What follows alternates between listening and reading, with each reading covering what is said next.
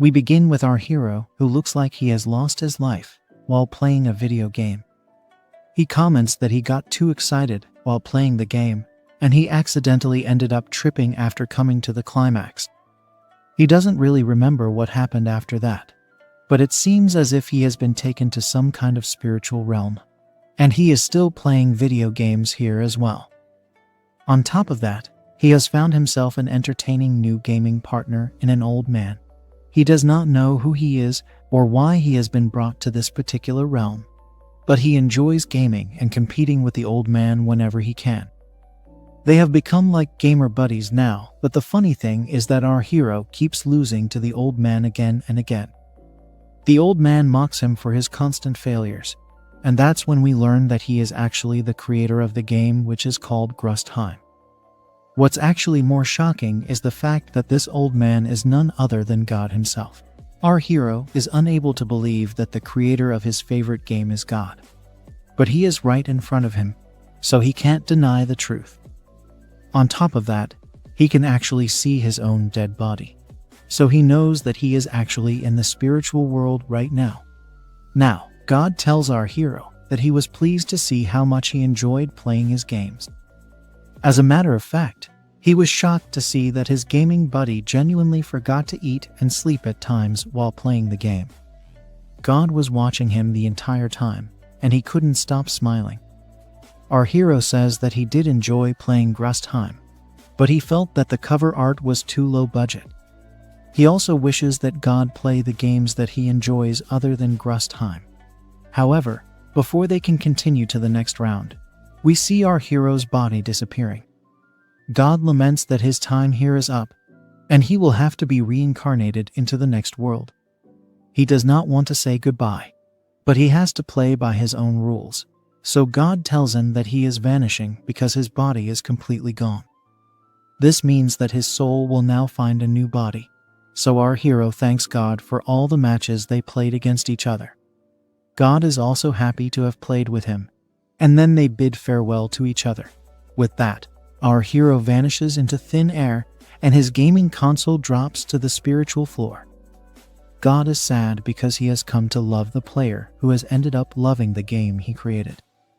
However, this is fate, and even the power of a god can do nothing to change it. Of course, since he really likes our hero, he has decided to reincarnate him into a boy named Wayne. He wishes to help Wayne as much as he can, which is why he decides to give him a proper reincarnation as his way of thanks. Now, Wayne slowly opens his eyes and can see a woman calling out to him. He does not know who she is or what he is doing here, but the woman is extremely happy to see him open his eyes. She calls out to the doctor and tries to get him inside as soon as possible. Wayne wonders if someone saved his life in the nick of time, but this is clearly not the case. He takes a look at his hands and notices that they are not the same hands he had before. Of course, he is a gamer, so he would know how his hands look and feel. But the real problem is that he is actually a small kid right now. He is very confused, and even more so by the woman who is smiling a lot while looking at him. Suddenly, God calls out to Wayne and tells him that he has reincarnated him into another human, and that too in another world which is similar to Earth. The doctor comes charging in, and then God says that he could not do anything to bring him back to his original body. After all, his soul had left his body, so there was no hope for revival. But God did have one backup plan, which was to have him enter another vessel. God tells Wayne that his consciousness will slowly fade away, as will his memories of his past life. This means that he will also forget the sessions he had with God during their game time. Having said that, God has left one gift for Wayne, which strangely happens to be a gun. Without this gun, our hero might end up forgetting everything. But God did not want this to happen, even if it makes him look selfish. At the end of the day, he does not want Wayne to forget that he loved playing Grustheim, and that he was a true gamer by heart. Now, the woman happily hugs Wayne and comments on how she is so relieved to see him breathing again. Of course, he still has no idea who she is, so he asks for her identity. He eventually says it out loud, and it shocks the woman to hear this. That's when he learned that her name is Fina, and she is actually Wayne's mother. Of course, because Wayne's soul is not her child's, we can safely call Fina his stepmom. The bald doctor tells Fina that Wayne could have lost his memory due to the accident, and it makes her upset. This is even worse for Wayne because his stepmom is an extremely cute and curvy babe. It feels as if he has had a really long dream, so he tries to settle into his new reality. Wayne asks if this is a hospital, and then looks at his stepmom crying her heart out. She is definitely upset that her stepson does not recognize her. But when he utters the word mom, she becomes happy once again. She is so happy that she squeezes her stepson into her soft cushions and starts to choke him with her heavenly curves. She feels there is no way for him to forget her. But the doctor tells her that she is choking her stepson. Either way, Fina is not going to let go of her stepson anymore, and she gets Wayne discharged from the hospital. The doctor tells our hero not to strain himself for now because he needs the rest. Now, we learn that Wayne had accidentally slipped and fell off a cliff, which is why he was taken to the hospital. Fina asks him what he wants to eat when they get home, but he says that he would like anything that his mommy makes for him. He can't remember anything from the accident, but he has to be more careful going forward. After all, he can't afford to let a beauty like Fina cry over him. He needs to get much stronger than he's ever been.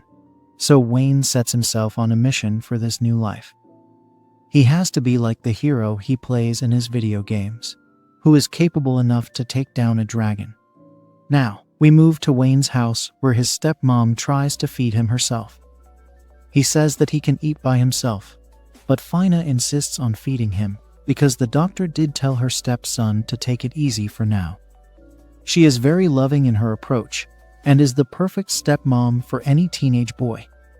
However, Wayne takes note of the fact that she is being very clingy with him. As a matter of fact, after he spoke with the neighborhood ladies, he learned that Fina was being 5 times as caring as she usually is with her stepson. She is being a bit too hands-on with her approach, and doesn't even let him study by himself. Fina throws herself at her stepson and kisses him on the cheeks. She also tells him to return the favor, which is something he is not too keen on doing. Our hero tells us that his stepmom is very calm and composed on the outside when they are in front of other people. However, whenever they are alone in the house with each other, she becomes a bit too loving for his own liking. Wayne tells us that he does love his stepmom, but even he knows that this is not a normal relationship. Either way, since he has been pampered with so much love, Wayne manages to grow a healthy life. 4 years after this incident, we see him as 12 years old and flaunting God's gun as if he is a certified cowboy. By now, Wayne has mostly forgotten about his past life, which is why the gun in his hand is also something he does not clearly remember. It is by far his strongest strength, but he is not sure if he feels the same way about it. Now, he can safely hold it in his hands as they are big enough to wield a gun. However, he uses the world reload, and it triggers something in the gun. All of a sudden, a bullet reload cartridge shows up in front of Wayne and floats in the air.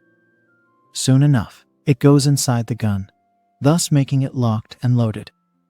Wayne can hear the voices in his head telling him to pull the trigger, and it almost feels as if he has heard this somewhere before. That's when he actually does fire his gun, and the bullet hits the tree in front of him. Wayne is amazed to see himself wielding such a powerful weapon, and he can't believe what he has gotten ever since he was just 8 years old. Every single time he pulls the trigger, an immensely powerful bullet comes out of the gun and damages the tree. It looks like this world does not really know what a gun is, which is why such a feeling is so foreign to our hero. He is a bit shaken up by using the gun, but he knows he can use it become a lot stronger in the future. Having said that, Wayne shivers a bit too much and falls to the ground, probably because of the recoil from all the practice shots he was taking. Now, we move back to his place where Fina is taking care of him. Of course, she is worried for her stepson as she does not want to go through the same experience again. Luckily for her, Wayne wakes up, and she hugs him with joy. our hero learns that he had collapsed outside, and he should not be pushing himself too much. Of course, he believes this is because of all the times he used his reload skill to shoot at the tree. It could be that the skill takes up a lot of stamina. So Wayne says sorry to his stepmom and promises not to mess up this way ever again. Fina makes him promise this to her, and Wayne tells us that he will need to learn a lot more about the gun he has just fired. After all, he has so much to understand about the weapon, and it does not make sense for him to make his stepmom cry again. Some more time passes by, and we can see Wayne inside a bathtub. He comments on how Fina has been spoiling him even more than before because of the incident with the gun. She does every single thing now, right from brushing his teeth to even changing his clothes. And this is all a bit too weird for Wayne. He does not want to be treated as a toddler anymore. But as soon as he thinks this, Fina calls out to him asking if he is in the bath. That's when his stepmom also enters the bathroom, and she is only covering herself with a towel. Wayne is shocked to see her, so he asks what she is doing in the bath. Fina simply says that she will wash his body now. With that, our hero has no choice but to let his stepmom rub his back from behind while he does his best to control his intrusive thoughts. However, Fina does not give him any time to recover as she starts to clean other parts of his body without any hesitation. This becomes a bit too much for our hero to take, and before his elephant unleashes its trunk, he decides to get up and run away from the scene. Now, we move to nighttime where Wayne is trying to sleep in his bed. He knows that today things went out of hand with his stepmom, as she was clearly trying to make a move on him. No matter how he looks at it, there is no denying the fact that something shady is going on inside Fina's head. Suddenly, someone knocks on the door, and it's none other than Fina herself, who is dressed up in provocative attire. Wayne does not know how to react to this, but his stepmom says sorry for going overboard earlier in the day. Fina explains that when she felt the size of his trunk, she realized that he has grown up quite a bit and might be taken away by some other girl. This was why she did not want him to drift away from her. But even then, Wayne feels this is a bit too strange for him. Fina gets on top of her stepson and says that she wants to be with him together forever. From the smell of her mouth, Wayne realizes that his stepmom is drunk and does not have any kind of filter on her intrusive thoughts. Now, Fina climbs into bed with Wayne and says that stepmom and stepson should sleep together. He says fine, hoping that sleeping is all that they are going to do. But this could not be further from the truth. He knows this is a bad thing, because Fina's soft cushions are pressing up against his arm, and it's causing his elephant to rise from his slumber. He can't help the fact that his stepmom is so cute and curvy, and it looks like he is about to do the unspeakable. Fina tells Wayne that he has really grown a lot in these 4 years, and she might just make a move on him now. At any cost, our hero has to endure the temptation and not do anything twisted. However, when we move to the next morning, we can see that he was not able to endure anything at all.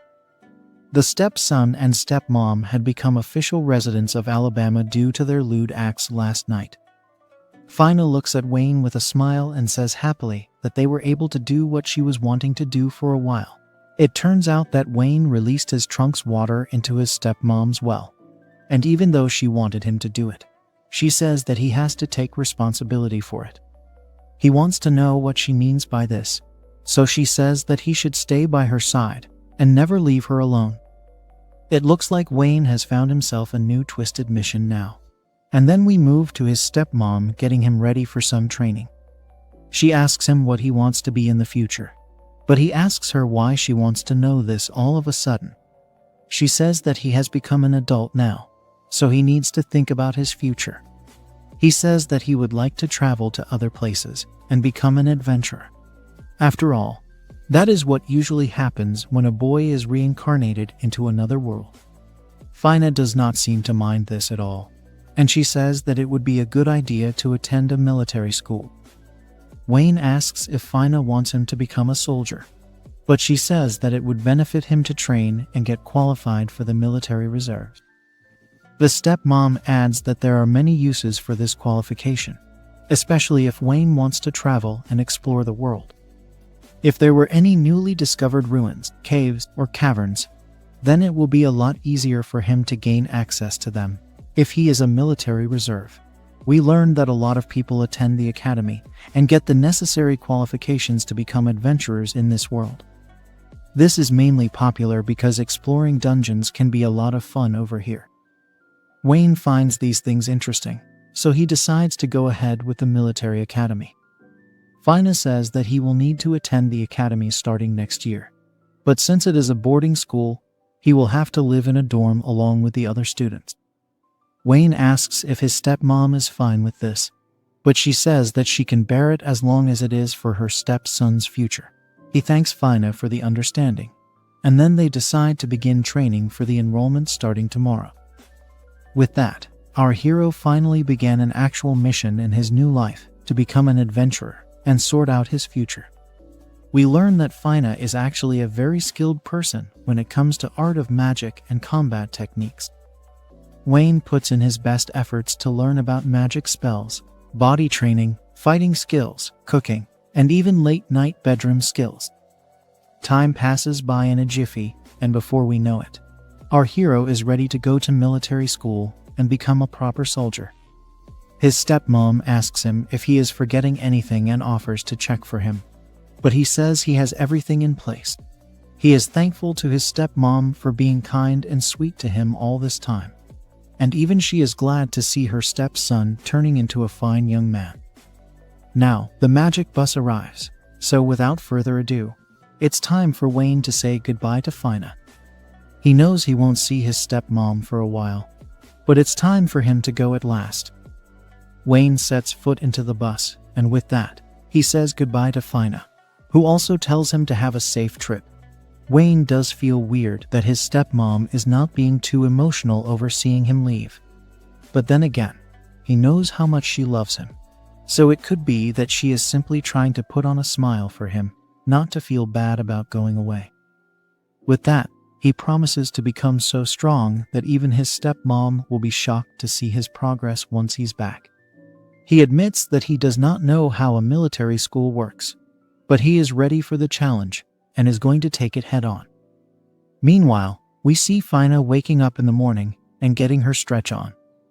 She then gets ready and locks the door to her house, after which she says that it's time for her to get going as well.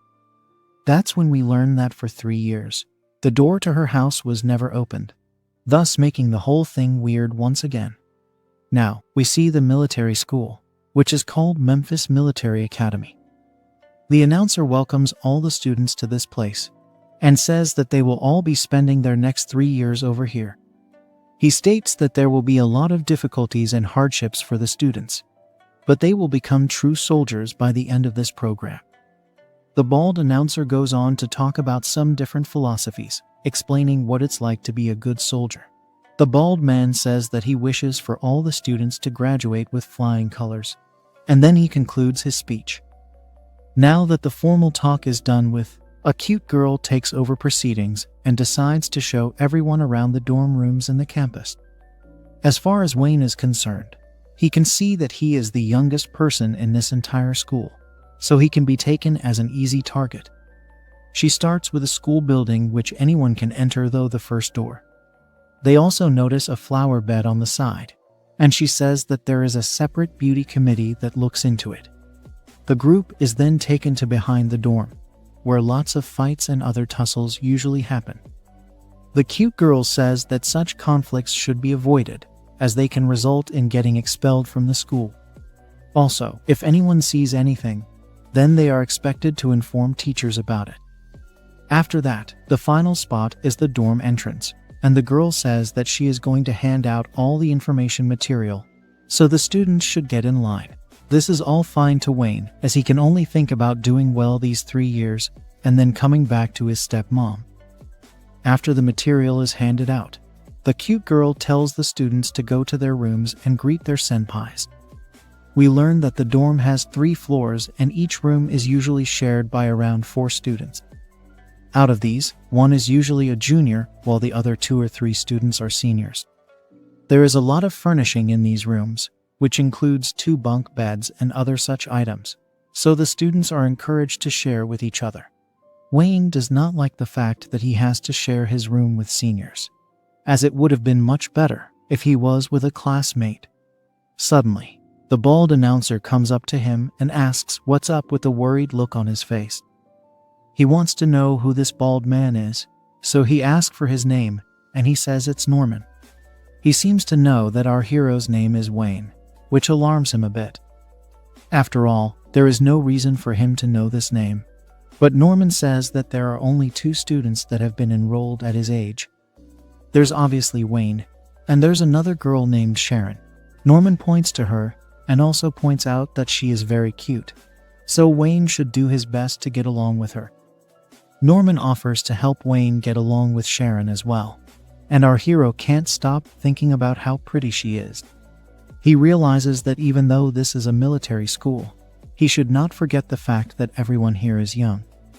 This means that they should not stop themselves from enjoying their youth, and we can already see some of them making new friends. Wayne tells us that studies and practice are important as well, but he should also focus on the occasional fling or two. After all, his stepmom did give him a lot of training for this moment. He notices that boys can also share their rooms with girls, which is a good thing for him. Now that he understands most of it, our hero asks Norman if he has his eyes on anyone here. Maybe it's the girl in his own room, but he states that he is only with guys in the dorm. On top of that, he likes beefy girls, and he hasn't really seen any of those over here so far. Wayne asks him what he means by beefy, because to him, a beefy girl is a curvy babe with soft pillows. However, Norman clarifies that by beefy he means muscles. For some reason, he seems to like macho babes, and he asks our hero to let him know if he ever finds one of them. This is an odd kind of fantasy for Wayne, but he has done shady things with his own stepmom, so he's not one to judge.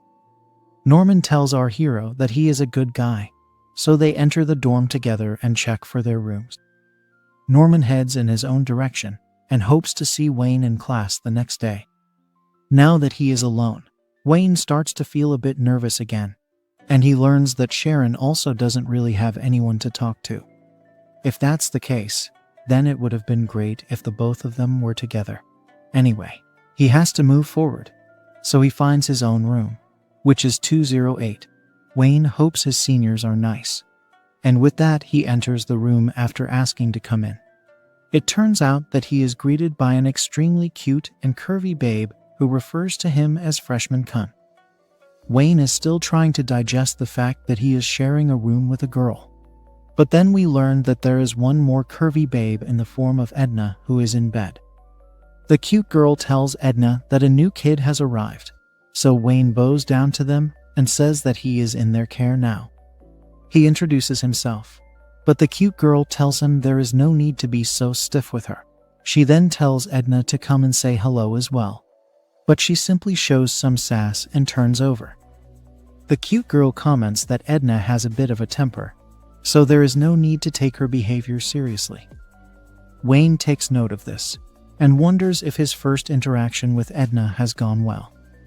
After all, he feels that he might have made her upset for some reason because he had no idea he would be sharing a room with girls. The cute girl tells him it's all good because Edna is a sweet girl by heart. She tells him to come inside now and introduces herself as Holly. She hopes to get along with him, and he is also looking forward to her taking care of him. He also tells Edna that it's nice to meet her, even though she has her back turned to him. Now, Holly tells Wayne that he can use the bottom bed in the front, as she was using it until yesterday. She jokes that it still has her scent on it, so Wayne gets a bit too excited. He doesn't want his intrusive thoughts to come to play, so he says that he is fine with taking the top bed. However, Holly tells him that a senpai will always have the absolute word, so he has to listen to her. It does look like Holly has some intrusive thoughts of her own, because she wants to tease Wayne due to his innocent look. She offers to brew him some tea, as he must be tired from attending the opening ceremony. He is thankful to her for her kindness, and then the both of them sit down together. As he sips on his tea, Wayne is taken aback when Holly randomly asks him if he has ever been touched by a woman. He spits out his tea and tells Holly that she has asked him a very abrupt question. However, she tells him that he's giving the vibe of not being used to women. Of course, our hero can proudly say that he has elite experience. But he can't exactly reveal the fact that he has done it with his stepmom. This is why he has to keep his mouth shut and tell her that she should not be teasing him this way. His behavior makes Holly believe that he is indeed an innocent boy, and that makes her even more excited. She does not know what she is going to do with him, but she definitely wants to have a taste of the fresh meat. Wayne can feel a somewhat wicked gaze from her, and then Holly asks him why he decided to enroll into military school.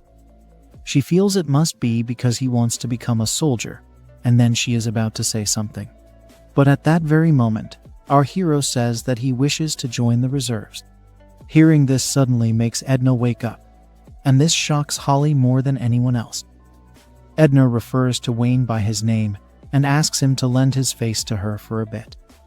She tells him to hurry, and our hero has no other choice but to say yes. Holly is upset because the conversation was going to become interesting for her. Of course, Wayne has to keep both girls happy, so he tells Holly that he is sorry for abruptly leaving. She says it's fine, and she hopes to continue their little talk once he's back. Holly shows off her shady side, yet again by saying she wanted to give Wayne a peek at her soft pillows. This would have made him give her some more cute reactions, which is something she likes to see. She is of the opinion that even Edna wants to show Wayne around, and this leads her to believe that Edna has a sweet side to her as well. Our hero is taken to behind the dorm, which is an area the students were warned about earlier. Now, Edna tells him that if he wishes to become a military reserve, then he should go to his dorm leader right now and ask to have his room changed. This is because he will not be able to achieve his goal if he continues to stay in his current room. At first, he does not understand why she is saying such a thing, but she says that it is because Holly has taken a liking to him. This is confusing to our hero, but Edna states that if Holly likes something, then she will do everything in her power to make it her own, whether it is a person or an item. Also, her parents are active duty officers, which means that she also has a strong range of influence. Essentially, after graduation, Holly will make sure that Wayne gets drafted as a soldier. Of course, Wayne counters by saying he can simply decline this offer, but Edna says that it's pointless to do so as Holly is a cunning girl. Basically, she will do anything that would be necessary during enrollment to keep Wayne by her side. She won't stop until he becomes totally dependent on her. So the moral of the story is that he will need to stay away from Holly as much as he can if he wants to become a military reserve. Now, this is not what Wayne wants because he came here to become stronger, not to run away from his problems. Edna says that the dorm leader's room is at the end of the first floor, and she will even come with him if he is shy to talk to him on his own. Wayne can see that Edna is being very sincere despite her harsh words. Just like his own stepmom, he can see the care and concern in Edna's eyes. Despite this, he tells her that he has come here to become a boss man. He feels that he will show himself as weak if he just avoids the problem and runs away from it. He does not care if Holly has influence, because he will surely stand up to her and come out on top. Edna is surprised to see the resolve in our hero, but she feels that it might be because he is a brat who does not know any better. In that case, she does not mind forcing our hero to get out of her room. She will use all her power to make him move out from his own volition, and she shows it off with a finisher move. It's a brutal punch straight into our hero's stomach, and Edna lands a direct hit. Wayne falls to the floor, but he manages to stay conscious, which impresses the sass girl. She says that he must have gone through some training if he is still standing after such a blow. But even then, she will not stop until Wayne says that he is moving out of the room. She lands a kick to his face, and it knocks him to the floor yet again, but he is not defeated yet. He commends Edna for having power and moves, and he realizes that he can only go against her by using defense or a counterattack. Edna says once again that Holly is not as soft as she makes herself appear. She will most definitely turn Wayne into a soldier by the end of the term, so it is in his best interest to get out of the room. Our hero says he understands what Edna is telling him, but in his mind, he knows that he also has to impress her. He can't win a fight with her because she is much older with a lot more experience, so he has to use another route. He says that he will only need one chance, and then he gets up once again. He tells Edna that if he is able to take off her chest badge, then she will have to acknowledge his abilities. She is a smart girl, and she calls him out for making such a daring bet with her. This because he is aiming for the same place where her soft pillow is located, and more importantly, where her heart is as well. This means that Wayne taking off her chest badge would be the same as him stabbing her in the heart. This does get her worked up, and she tells our hero that if he does manage to pull this off, then she will surely acknowledge him for having great skills. Wayne realizes that he will only get one chance at this, and he will not be able to use it several times in a row. He has gained a lot from his special training with his stepmom, and then we move to a flashback. Here, we see him with Fina, who believes that her stepson has an ability for time magic. She explains it by trying to strike him, but he dodges her almost as a reflex. Fina says that Wayne has the power to make time go faster or slower, which is why he was able to avoid the earlier attack, even if it was subconsciously. With that, she hugs our hero and tells him that only a select few people can use time magic. This makes her even prouder of her stepson, and she proceeds to engage in unspeakable acts with him. This led him to realize that he could do something similar back when he was playing the game with God. Of course, he can't recall that time clearly, but he feels he can get the job done if he plays his cards right. Now, we're back to the present where Wayne decides to slow down time. He does not know if he will be able to slow it by even a second, but this will be his only chance. As soon as Edna's right fist comes at him, her left chest will open up and leave her vulnerable. Now, she launches her attack at our hero, and he tries to counter her at the exact right time, just like the hero in the game. The moment of truth is here and Edna is about to land another direct hit. But Wayne is not fazed by her efforts. He unleashes his time magic and orders for Edna to slow down. He manages to pull it off and time does slow down long enough for him to dodge the punch and also grab Edna's chest badge. Of course, this also calls for an awkward moment because Wayne cops a feel of Edna's soft pillow as well. This makes her upset, so she smacks him away for feeling her up and our hero flies away. He smashes through the window and falls out to the other side. The other students notice this and panic, so they call for a doctor to tend to the new student. The news spreads everywhere about a new student getting punished by his senpai, and they treat it as a warning if they were to disobey their seniors.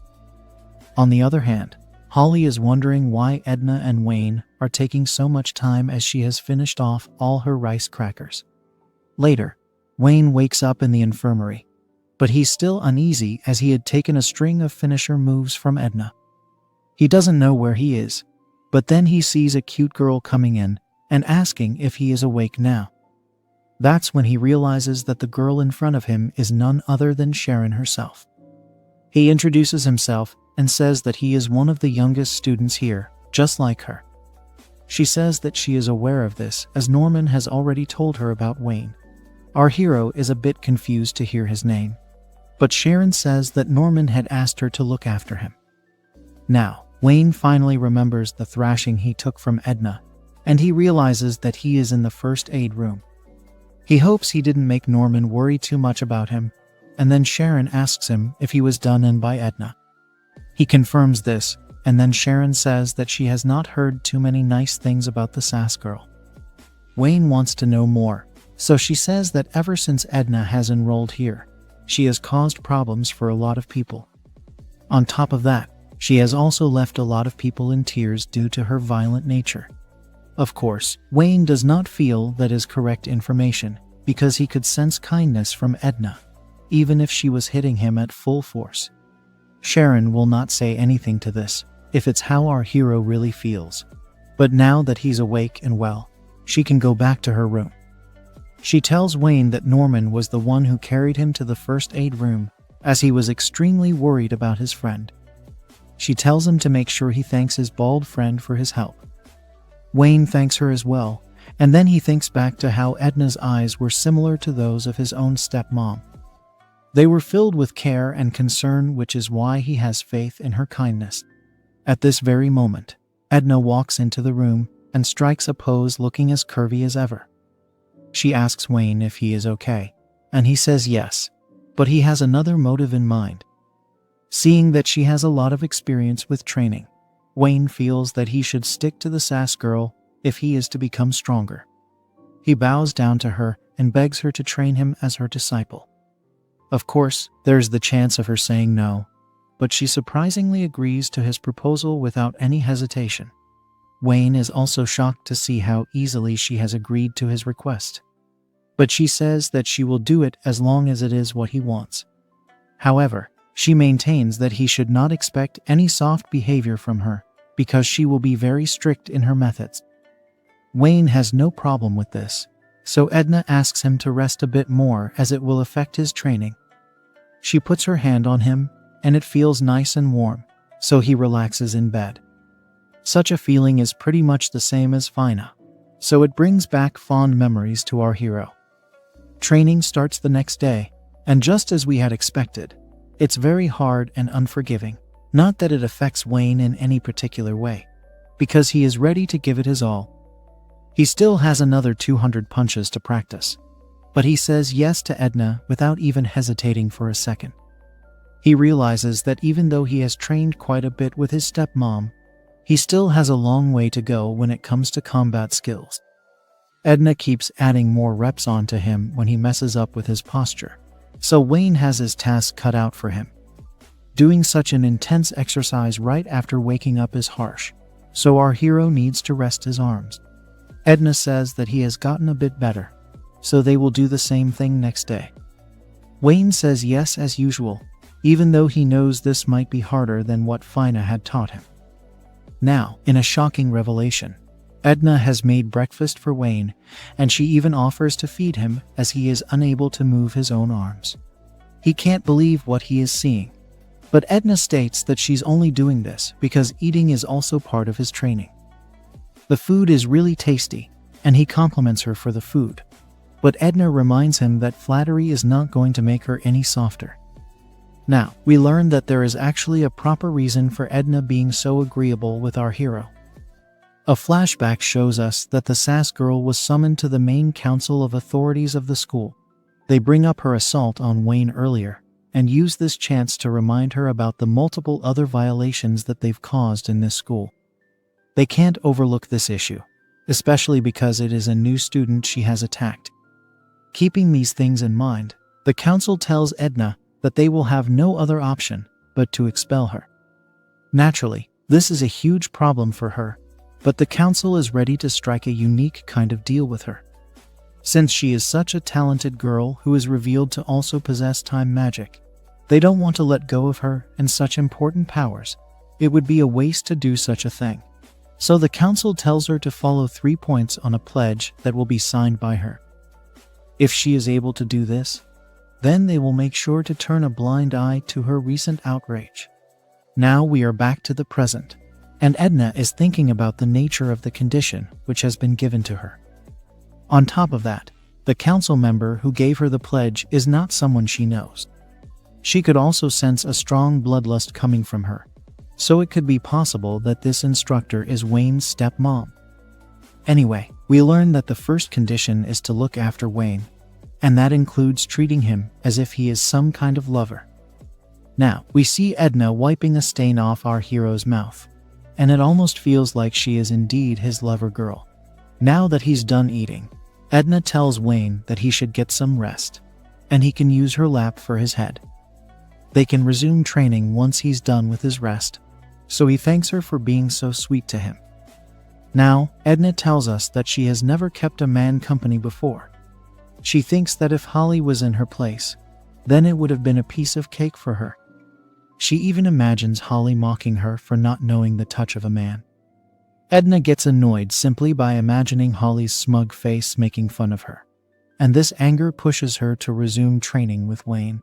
She is about to make him do a lot of leg work, and he is up to the task. He goes hard, but Edna tells him to stretch his legs even further. He does not mind any of this, which makes the sass girl actually commend him for keeping up with her training. Since she has been consistently first in the practical training department, Edna is always pursued by others to train them. However, none of these people were able to keep up once she pushed them past their limits. Instead of blaming themselves, these people would actually put Edna at fault by calling her harsh and extreme. Such rumors would spread rather easily. But it's not the same case with Wayne. He is earnest and sincere in his work, and he also chases after Edna to teach him more. After some time, we see that Wayne has completed yet another 200 sets both for left and right legs, so he is at his wit's end. Edna is pleased to see his efforts and says that they are done for today. Now, she asks him if he is willing to make a bet with her. He says yes as usual and is told to show if he can beat Edna in a match. If he wins, then she does not mind doing anything that he asks of her. He can even decide what kind of match they should have. And Edna mentions that he can even have his way with her if he comes out on top. She really is putting her body on the line to see our hero's skill set.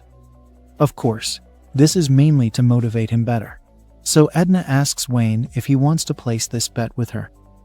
Motivation really wasn't an issue with him, as can be seen in his dedication, but he understands the rules, so he'd like to challenge Edna to a shooting match. He's confident he'll win against her, which somewhat surprises the sass girl. Anyway, she goes through the rules of shooting with him, and then they go to an off-campus shooting range where they can play out their bet with ease. There are certain rods that can be used for shooting, and Edna offers one of hers to Wayne, but he says there will not be any need for it, as he will use his own weapon. Edna is a bit taken aback to see so much confidence in Wayne, but she has a secret skill which she will use to defeat him. Since her honor is on the line, there is no way she will allow our hero to win over her. Now, she presents the condition, which is that there will be a total of 20 plates, which will fly from right to left in front of some trees. The person who gets the most plates will win the encounter, and Edna tells Wayne that the level of difficulty will be the highest.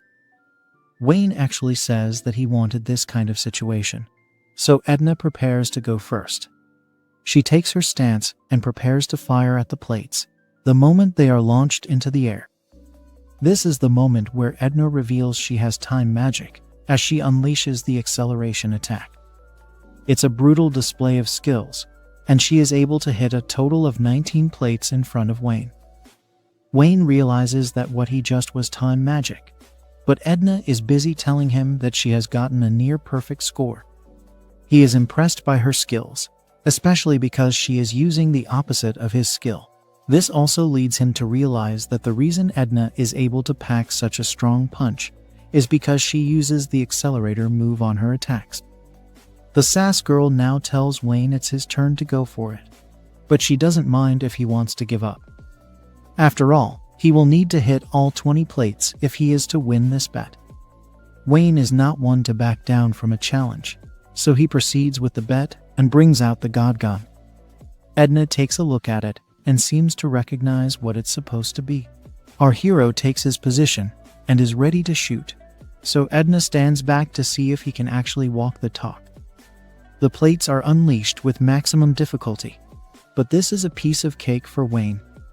He unleashes a flurry of bullets, all of which hit their targets with ease. And just like that, he gets a perfect score of 20, meaning he has defeated Edna in the bet. The sass girl can't believe her eyes, as it only took one reload for Wayne to get all his shots accurately. She tries to figure out how the gun of God works, because there is no such relic, even in the church's holy collections. The speed and precision of the gun was unlike anything that magic had ever created, so Edna is having a hard time believing how such power was generated. She asks Wayne if he used time magic, and he says yes without hesitation because he calls her out for using the same thing. She admits defeat and says that Wayne is one of the rare people who has special abilities. It's fun for her because if she has time magic on her side, then it does not matter even if her opponent is stronger than her. Humans and animals get reduced to the status of dolls.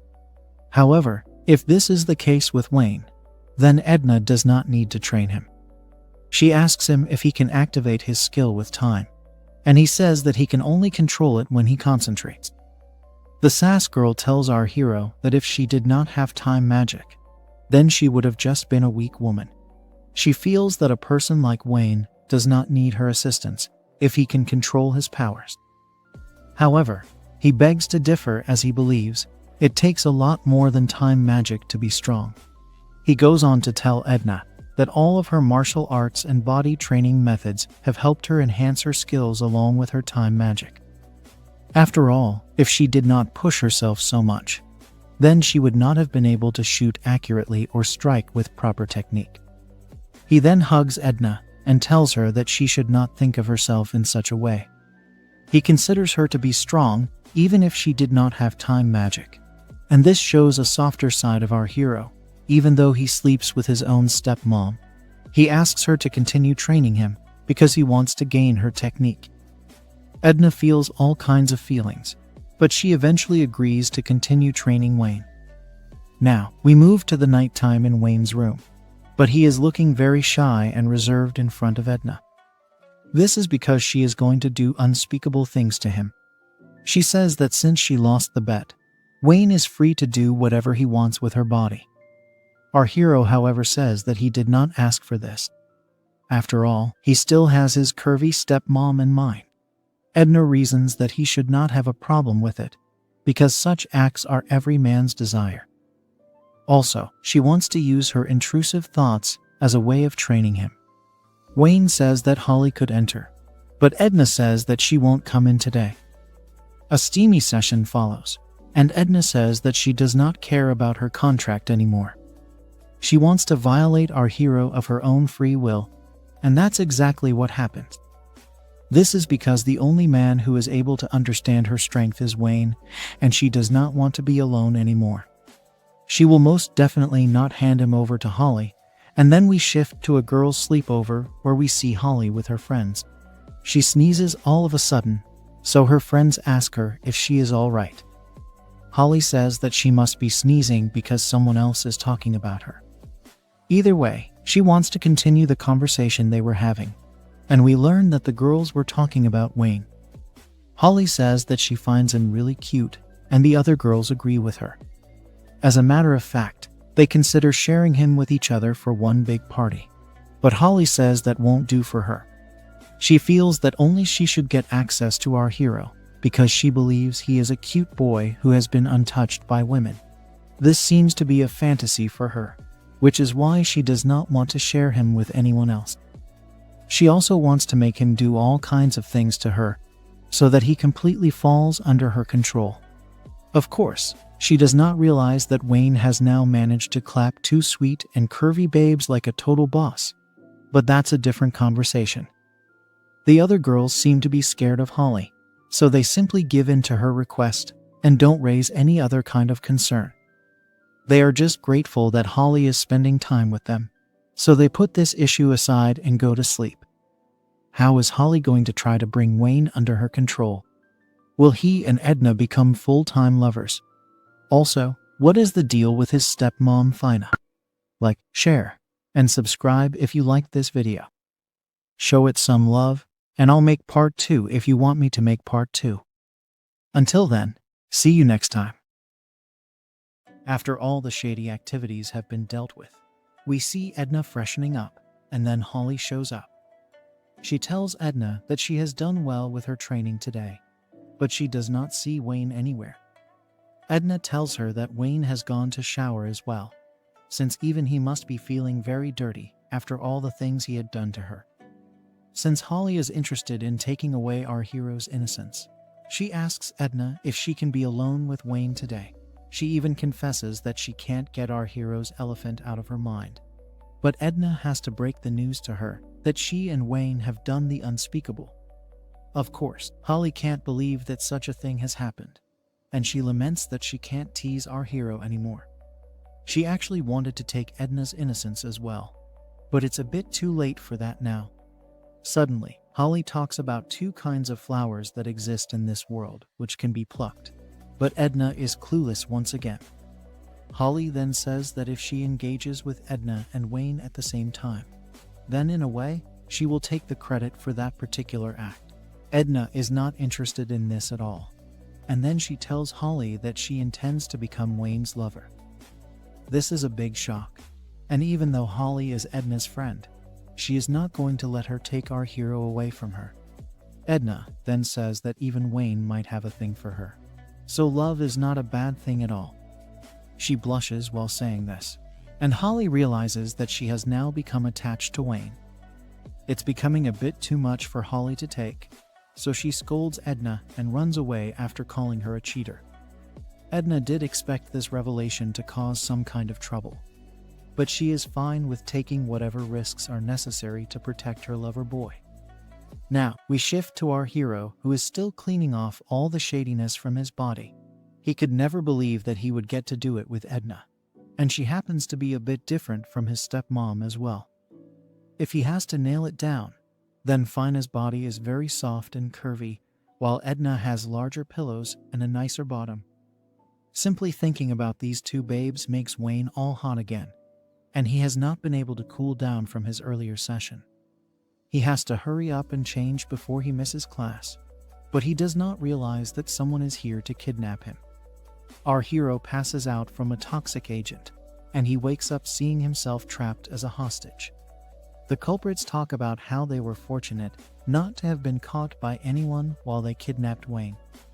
They are currently in a place where no one will be showing up, so Wayne worries as to what these people are going to do to him. Now, we learn that the culprits are none other than Holly's gang of followers, and they seem to be interested in getting rid of Wayne as a threat to their idol's body. The girls argue that ending Wayne would not be a bright idea because if Holly were to find out about this, then she would not spare any of them. They refer to Holly as Oni-sama, so Wayne is still not able to figure out what's going on over here. Then, the girls figure that the best way to deal with our hero would be to get rid of his elephant, so that he will not be able to do shady things to Holly. As they try to identify the right way to do this, Wayne laments that these girls are having a terrifying discussion in front of him. One of the girls, who is a science maniac, says that she can inject Wayne with a substance that will make his elephant's trunk soft. This way, there will be no external injuries and our hero will never be able to enjoy his shady activities again. It's the worst possible situation that Wayne could have found himself in, and he needs to find a way to escape. The science girl says that she can come up with an injection by nightfall, so Wayne does have some time to figure a way out. However, the other girls notice that Wayne is trying to escape, so they knock him out once again, and can rest assured that he will not wake up till they come back. As he passes out, our hero can only remember his stepmom, who introduced him to this world of shady activities. Meanwhile, Edna asks Holly if she has seen Wayne because he has not come back from his shower yet. Of course, Holly is not interested in telling her anything, but even she does not know what is happening to Wayne right now. Edna is sad because she wanted to use this time to flirt with her new lover boy. As a matter of fact, she says that she should be showering with him from now on. Holly is not at all happy to hear this, and she makes her frustration known to Edna. Now, Edna asks Holly if she can get her gang to look for Wayne, but she says that they are not a gang, but rather her cute little sisters. She recalls that they were busy with something, so she can't disturb them right now. Edna can't wait to get her hands on Wayne again, so she asks Holly to lend her a hand while she searches for him. She says that Holly also has intrusive thoughts about our hero, so she should definitely step up. This is true, and even though Edna got to Wayne before her, Holly decides she might as well help so that she can be repaid the favor later on. Plus, she'd like to be the next girl on Wayne's list, so she does not want anyone else to claim him before that. Holly is very popular in the academy, which is one of her advantages over Edna. So she asks a random girl if she has seen Wayne anywhere. This girl does not seem to like Wayne because of his luck, and she is actually keen on becoming one of Holly's cute sisters. Holly is only interested in our hero right now, so the girl says that Holly's gang was actually talking about him just now. She points her to the place, and then Holly allows her to come to her next sister meeting. Now, we move back to the gang, and they discuss if this is really a good idea. After all, Holly was definitely interested in Wayne, and this leads to some back and forth. They mention cutting off Wayne's elephant at the exact same moment that Holly enters the scene, and she demands to know what the girls are talking about. They panic upon seeing their idol, but they don't really have much of a choice left anymore, so they might as well own up to what they have done. The girls explain to Holly how they kidnapped Wayne, and then they take her to our hero, who is still tied up and not in the best condition. The girls say that they have prepared Wayne for Holly, and she can dig in if she wants. They are even ready to use their own mouths first, so that Holly will only need to connect her kitty cat to Wayne's elephant. But Holly needs a proper explanation right from the start of this plan, so she asks the girls to elaborate. After she gets a proper understanding as to why her cult girls are behaving this way, Holly laments that this is not the right way to go about things. The girls still say that they are ready to chop off Wayne's elephant after Holly is done with him, but she tells them to stop with this nonsense. Then, the girls offer to turn Wayne's elephant soft, so that he can become a teddy bear for Holly to cherish. Hearing this makes Holly think of a few things herself, and then she realizes that this is her chance to make Wayne her slave boy. Basically, she hopes to make our hero addicted to her body, so that he will never be able to leave her. In turn, Edna will break up with Wayne, and this will allow Holly to get with her as well. She goes on to tell her sister group that this is a good idea, but she is cut short by a very angry voice. As expected, it is none other than Edna, who had followed the girls here as she noticed they were acting strange. She can't believe that these girls wanted to do such horrible things to her lover boy, so she tells them she is going to teach them a lesson. Edna is also going to punish Holly, who says that she didn't do anything to Wayne yet. But of course, she was about to go ahead with a sinister plan, so she deserves the beating. She proceeds to brutally beat down all of the cult sisters, and then she takes our hero away from the scene. Edna tells Holly to follow her, and she does so after feeling sorry for all her cult girls. After they reach their room, Edna makes Holly apologize once again, even though she got beaten up before doing anything. She is not sparing the idol girl one bit. But then Wayne regains his consciousness and calls out to his lover girl. He tells her that since he is safe and Holly is clearly feeling sorry for her actions, maybe they can forget all about this incident. Edna can't believe this and says that our hero is a bit too lenient. It could eventually lead to his demise, and he accepts this, but he has also understood something today. Basically, Holly might be shady, but she does have the power of charisma on her side, as it is quite rare to be able to convince a whole group of girls to do terrible things on your behalf. Wayne believes that Holly has a separate skill set when compared to Edna, but his lover girl says that Holly is simply a shady creep. Wayne does not mind that since he has done even shadier things with his own stepmom, and he would feel bad if Holly were to be punished for what has happened today. He does not want the news of this incident to spread, because he wants to be close to Holly and learn charisma from her. Edna is already in love with our hero, so she agrees to let this slide for now. Holly is overjoyed to hear this, so she hugs Wayne with passion and says that only good things will happen to him as long as she is around. Of course, Edna does not want her to keep Wayne's head so close to her soft pillows, so she orders her to let him go. Now, Holly says that she will make sure to teach Wayne a lot of things, but by this, she meant shady activities. Wayne was not expecting this, but Holly insists on it, as they have gotten permission from Edna to do it with each other. She is also watching over Holly's cult sisters, so that they don't try anything funny again. Edna is not at all happy about this, But she knows that the cult girls won't do anything if Holly's desires are satisfied. Even so, the anger is clearly visible on her face, as she did not want Wayne to get with the likes of Holly. She just has to accept things as the way they are. And the other girls are a bit scared to see her like this. The knife girl thinks that she can try to take Edna on. But the other girls tell her that such an act would be futile, as they have already been beaten up by her at the same time. Meanwhile, Holly and Wayne have engaged in unspeakable acts, getting his elephant and her kitty cat completely satisfied. Now that they are done, Holly asks whether she was better or Edna. But Wayne does not want to compare them. Since he pauses, Holly says that she, Edna, and our hero can engage in a session together to finally see who tops the list. Wayne reminds Holly that he has to wake up early for class tomorrow, and she also realizes that he's right. She then tells Wayne that there will be some cute girls in class, but he should not cheat at all. It's only Holly and Edna for him as of now, and Wayne can already see his lifestyle turning into a hectic one. The next day, we move to class where we can see all the kids ready for their first session.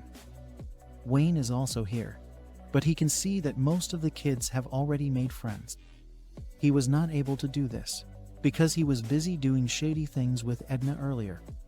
It will be tough for him to get into any circles now, and he also feels as if they are all whispering about him. Suddenly, a creepy hand shows up from behind, but it's only the bald Norman who is glad to see his friend has recovered from his earlier injuries. He heard about Wayne getting into a fight with Edna, and he commends him for having recovered so quickly. After all, Edna is supposed to be the strongest student in the upper grades. It is because of this fight that everyone in class is talking about our hero. And then we see a couple of cute girls also eyeing him. In the middle of all this chitter-chatter, a curvy sensei walks into the room and tells everyone to be quiet. Wayne is shocked to see this sensei because it is none other than his own stepmom Fina.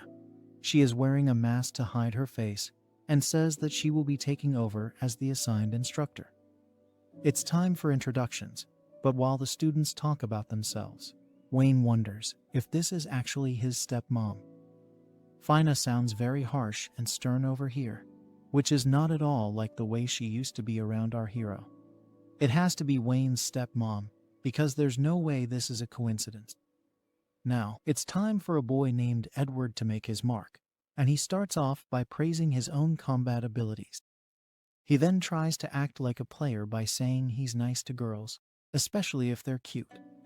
Edward actually has the guts to then ask Fina out on a date, since she also has a super curvy body. Of course, she shuts him down and tells him to save his worthless talk for the mirror. Edward gets spooked, so he sits down, and now it's time for Wayne to tell the class a bit about himself. He hasn't thought this through, so he only says that he has enrolled here to get stronger. But then he figures he should say one more thing, which is that he loves his mom the most in this world. Edward tries to use this as a chance to mock Wayne as a mommy boy, and our hero laments that he wanted to use the word admire, but used love instead. Anyway, at least he didn't say anything else, considering his shady relationship with Fina. And then Norman comes to his rescue. The bald boy tells Edward there is nothing wrong with loving one's family members. And he adds that his own dad used to say that a man who does not care for his own family will never care for his comrades. As Norman continues with his lecture, Edward gets annoyed because his plan has backfired. Now, Fina tries to calm the class down by saying everyone should respect their moms, their comrades, and their moms. The class finds it a bit odd that the curvy sensei said the word mom twice, but no one is going to question Fina about anything. Wayne gets saved, but he wonders if the people of his class will now find him weird. Norman tells him not to worry about it because he loves his own mom a lot as well. Of course, it's not the twisted kind of love that Wayne shares with Fina, but he anyways bonds with Norman over their moms.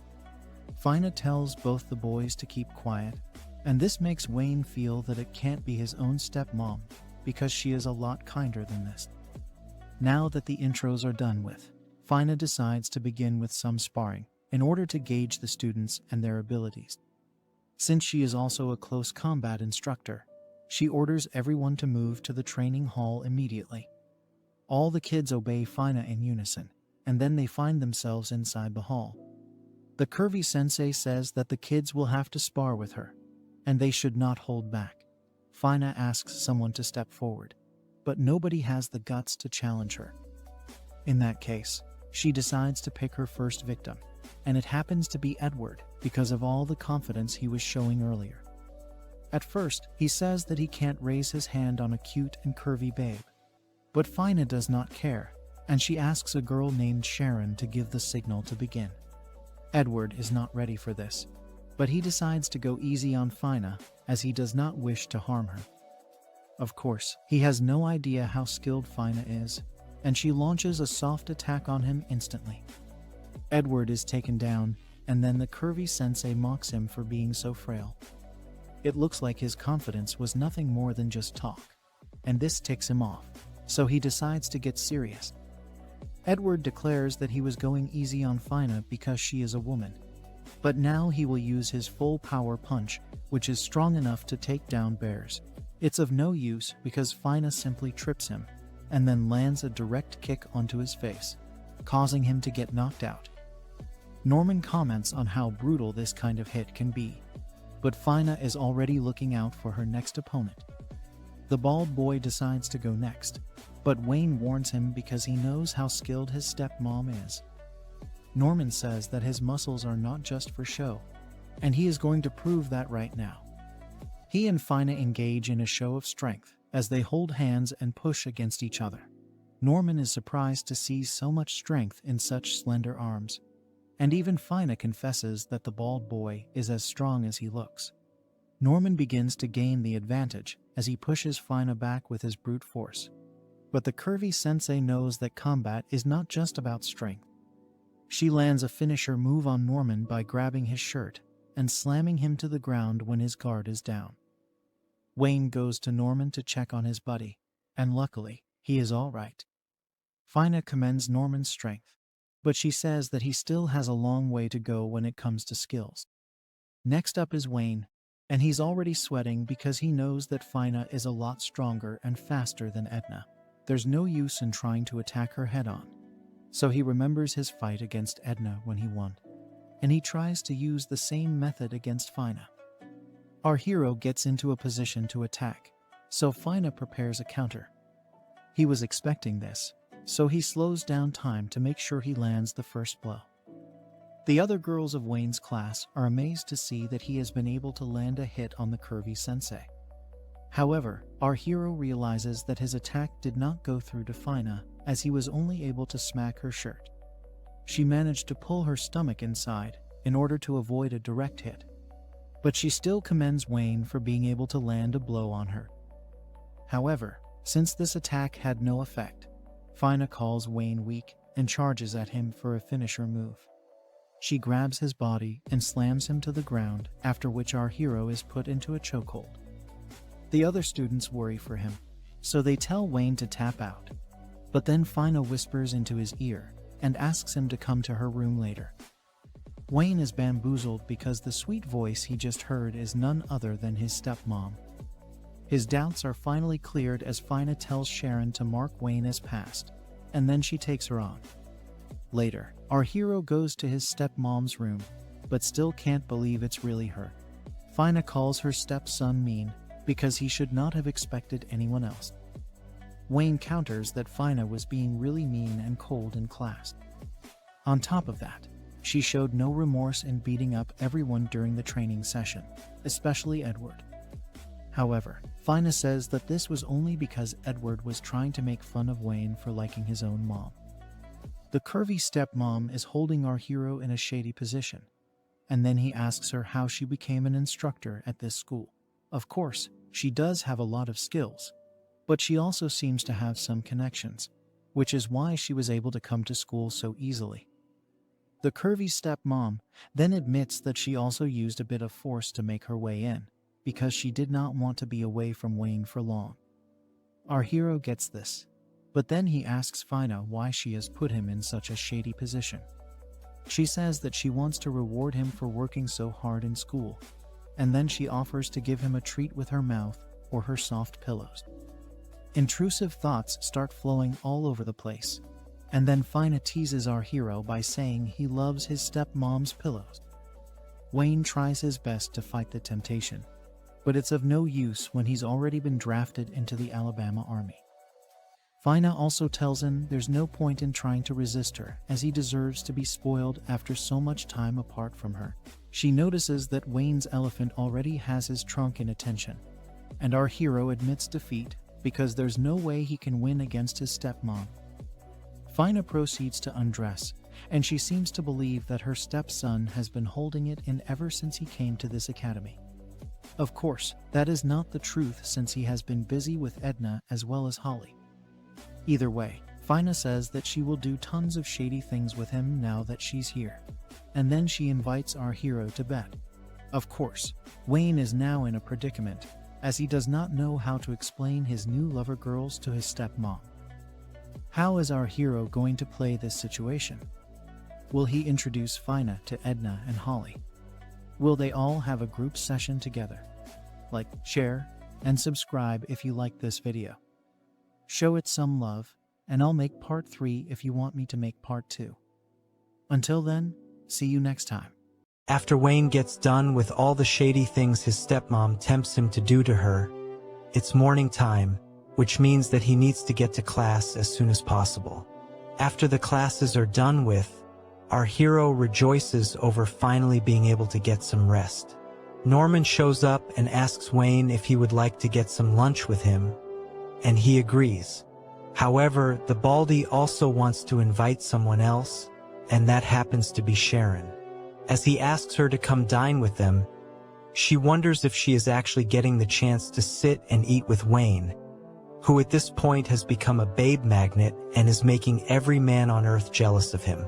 She fidgets for a bit and acts cool as she says that she doesn't mind eating with the boys, so Norman gets excited. He says that they should eat in the courtyard or something, and the others agree, although not with as much excitement. As they walk towards the courtyard, our hero asks his bald friend why he decided to invite Sharon to eat with them. Norman says that this would be a good chance for the both of them to get to know each other.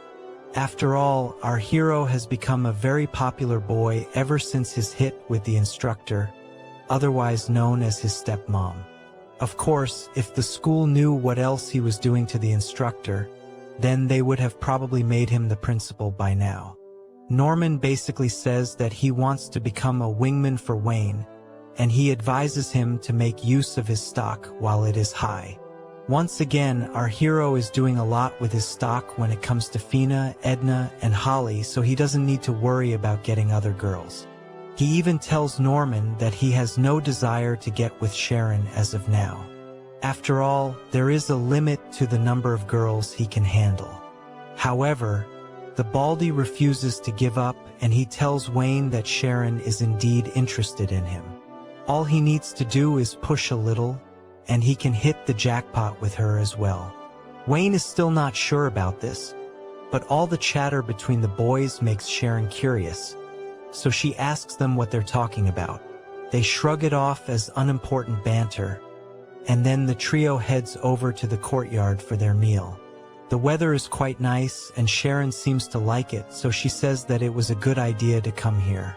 The breeze hits Sharon in the face, and her lustrous hair flows across her face, making her look even prettier. Wayne does admit that Sharon is a beautiful girl, but he must play his cards carefully as he has other women to take care of too. Now, something comes to Sharon's mind, so she asks the two boys what afternoon classes they have been assigned to. It turns out that they have been allocated to the special classes, which are a whole other ballgame. Basically, during enrollment, each student has to go through an aptitude test to find out what skill they are good at. This could mean elemental skills such as fire, wind, water, or even healing. Now, it's not a rule of thumb that each student can only have one aptitude, so for those who have multiple skills, they can freely choose what kind of special classes they would like to take. Our hero reminds us that he also has two aptitudes, but the first one is that of time, for which there is no instructor in the school. That leaves him with his second aptitude, which is that of healing. Sharon is surprised to hear this because she would have never expected to see Wayne with such a skill. Our hero wonders if it really is such a surprise for him to be a healer, so Sharon explains that she had seen him as great when it came to combat fighting. She also heard that Wayne was great with shooting, so it would have made sense for him to have an aptitude that worked on offense. She also points out that healing mages are known to be very kind at heart, so Norman uses this as his chance to execute his wingman skills. He tells Sharon that since Wayne is both kind and strong, he is a great guy, but our hero doesn't like the obvious ploy at work here. The Baldy reminds him again that it's times like these when he will need to flaunt his appeal, so he should just go with the flow.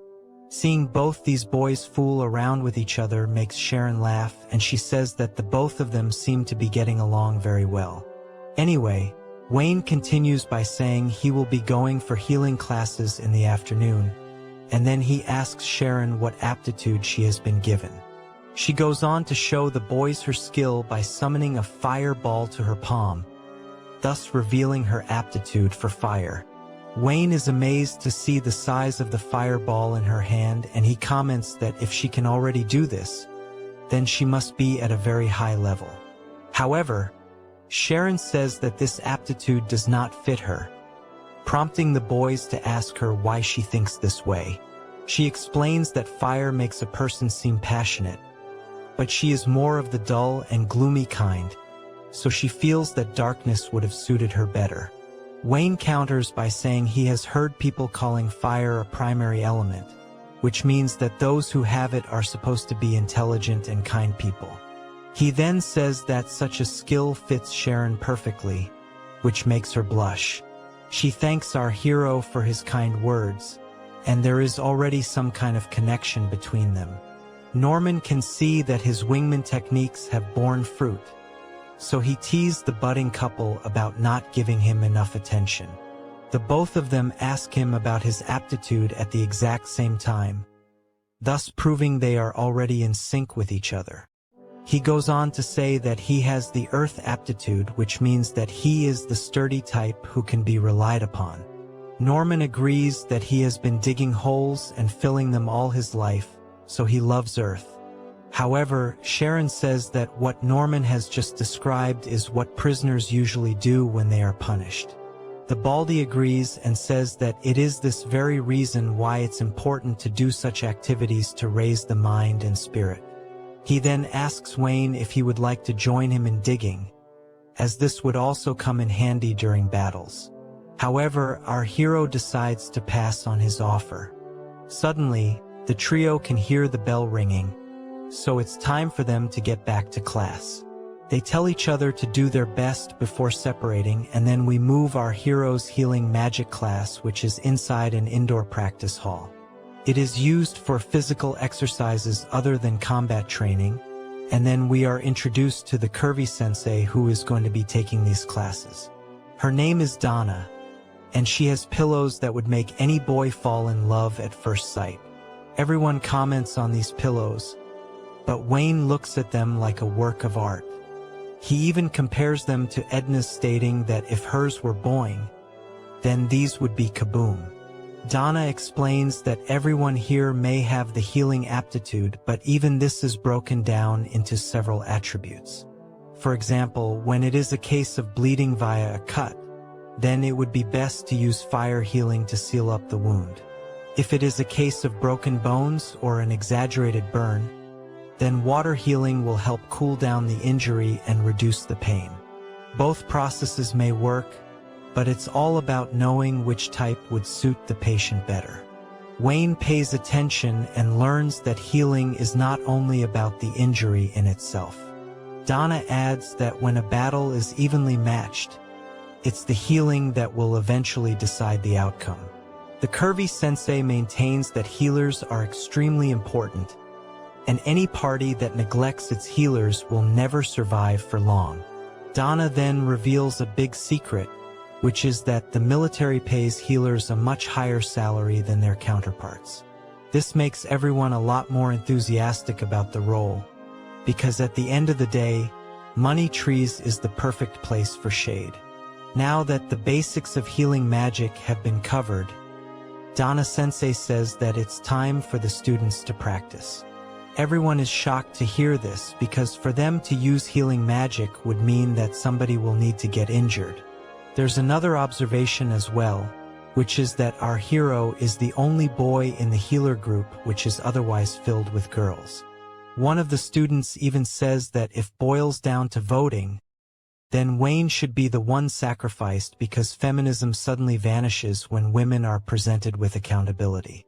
Donna reassures everyone that no human will get hurt over here, as she has prepared a couple of golems for this very purpose. The male golem is named Yo, while the female golem is named Q.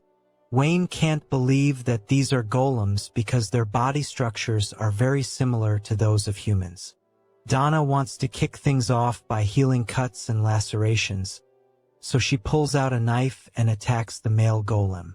In another shocking reveal, Yo screams that his injury hurts and it won't stop bleeding. None of the students show any concern for Yo, so Donna decides to act as if this is very tragic. She then asks Wayne to step forward and save the golem.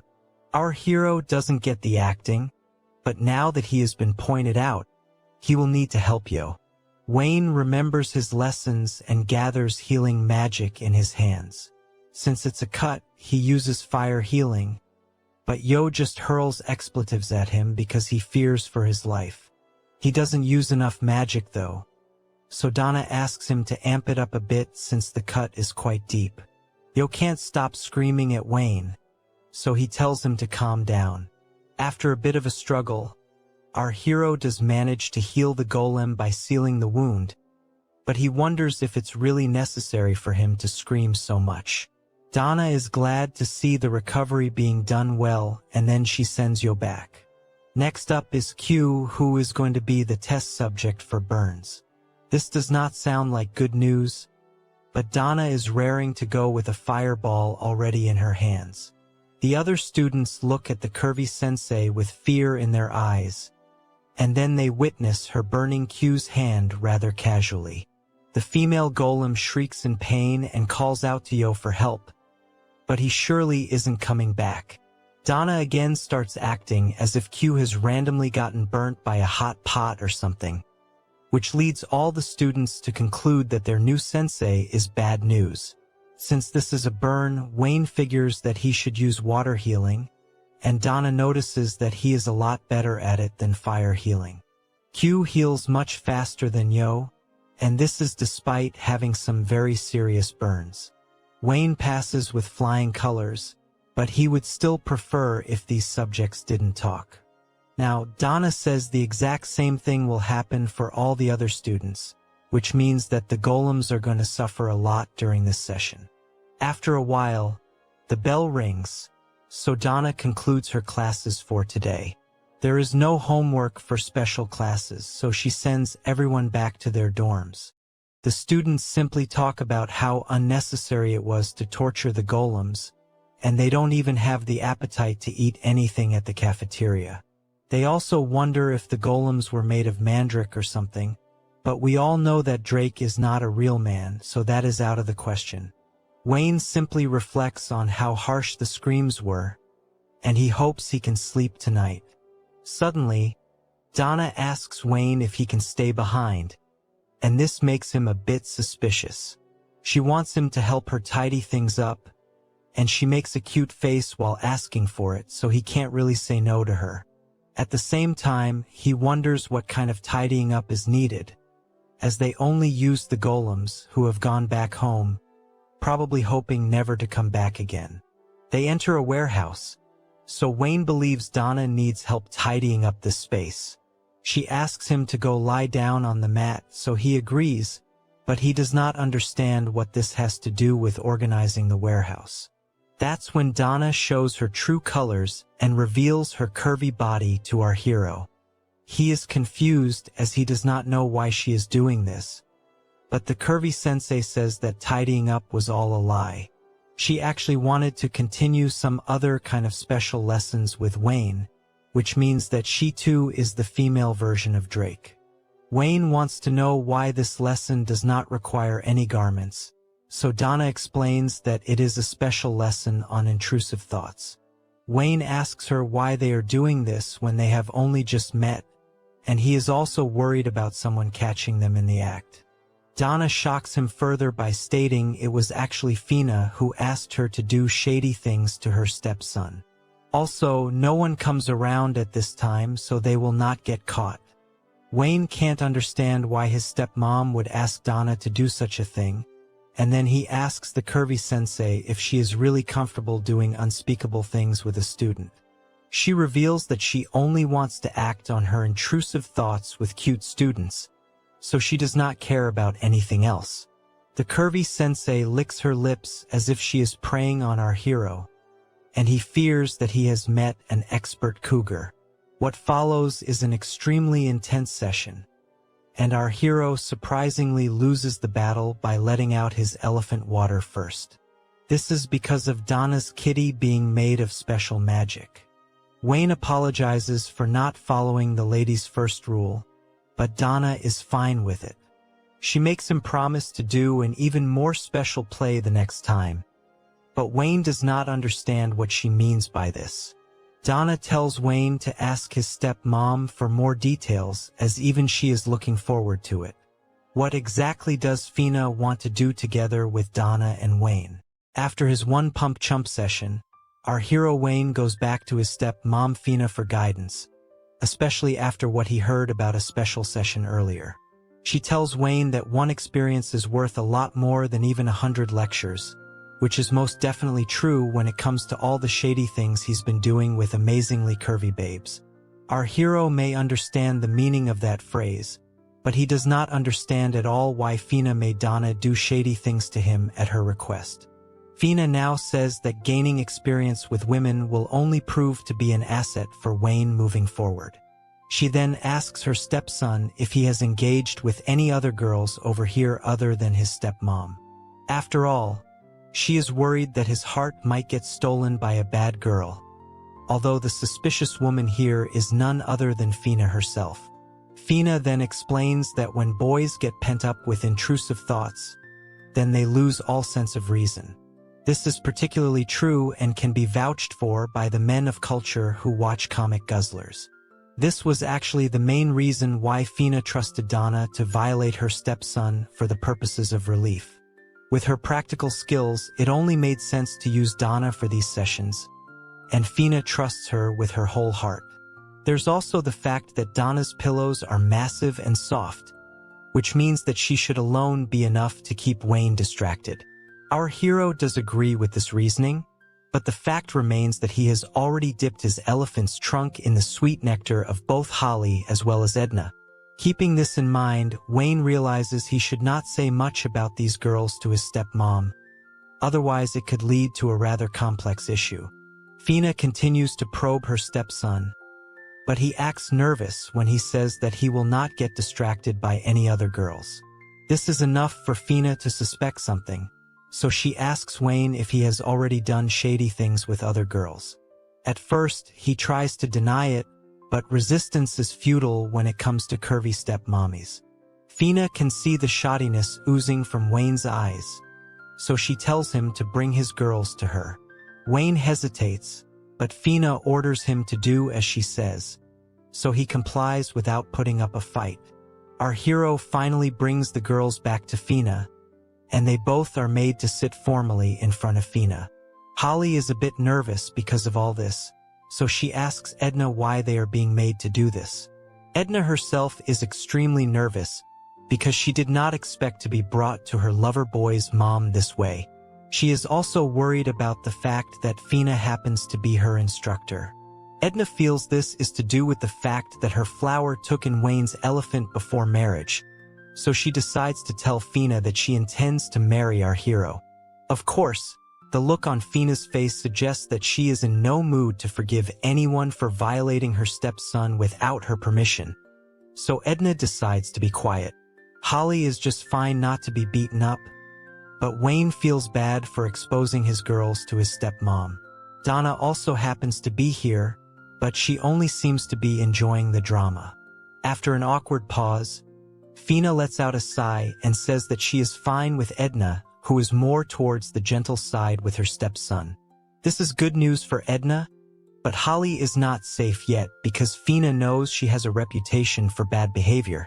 Holly says that she just likes to be friendly with the lower grade students, but we all know that her actions with Wayne were a lot more than just friendly.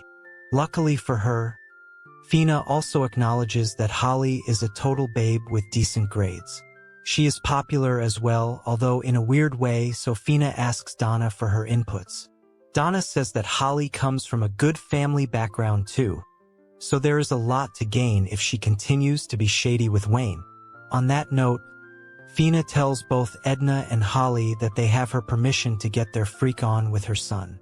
Edna is glad to hear this, but she wonders if her lover boy's elephant was only accessible by his stepmom's permits. Holly, on the other hand, is just glad to have gotten Fina's approval. Now, the women come to the main issue at hand, which is actually Wayne himself, or rather, how they are going to manage him. The fact of the matter remains that our hero is a boy, which means he can only get his elephant's trunk to stand up a few times a day. Donna says that the best way to go ahead would be via a rotation system, wherein the girls and babes would be taking turns each day. Of course, for each girl to wait for 4 days would be a bit too much, so then Fina suggests having 2 sessions per day, one in the first half and the other in the second half, just like a normal office day. Wayne does not know what to say in the middle of this discussion, especially when Holly says that 2 sessions per day won't be fair. This is because our hero may get tired in the second half or completely get drained in the first session itself. Fina tries to come up with a solution by saying she will use her mother's authority to get Wayne from Friday to Monday.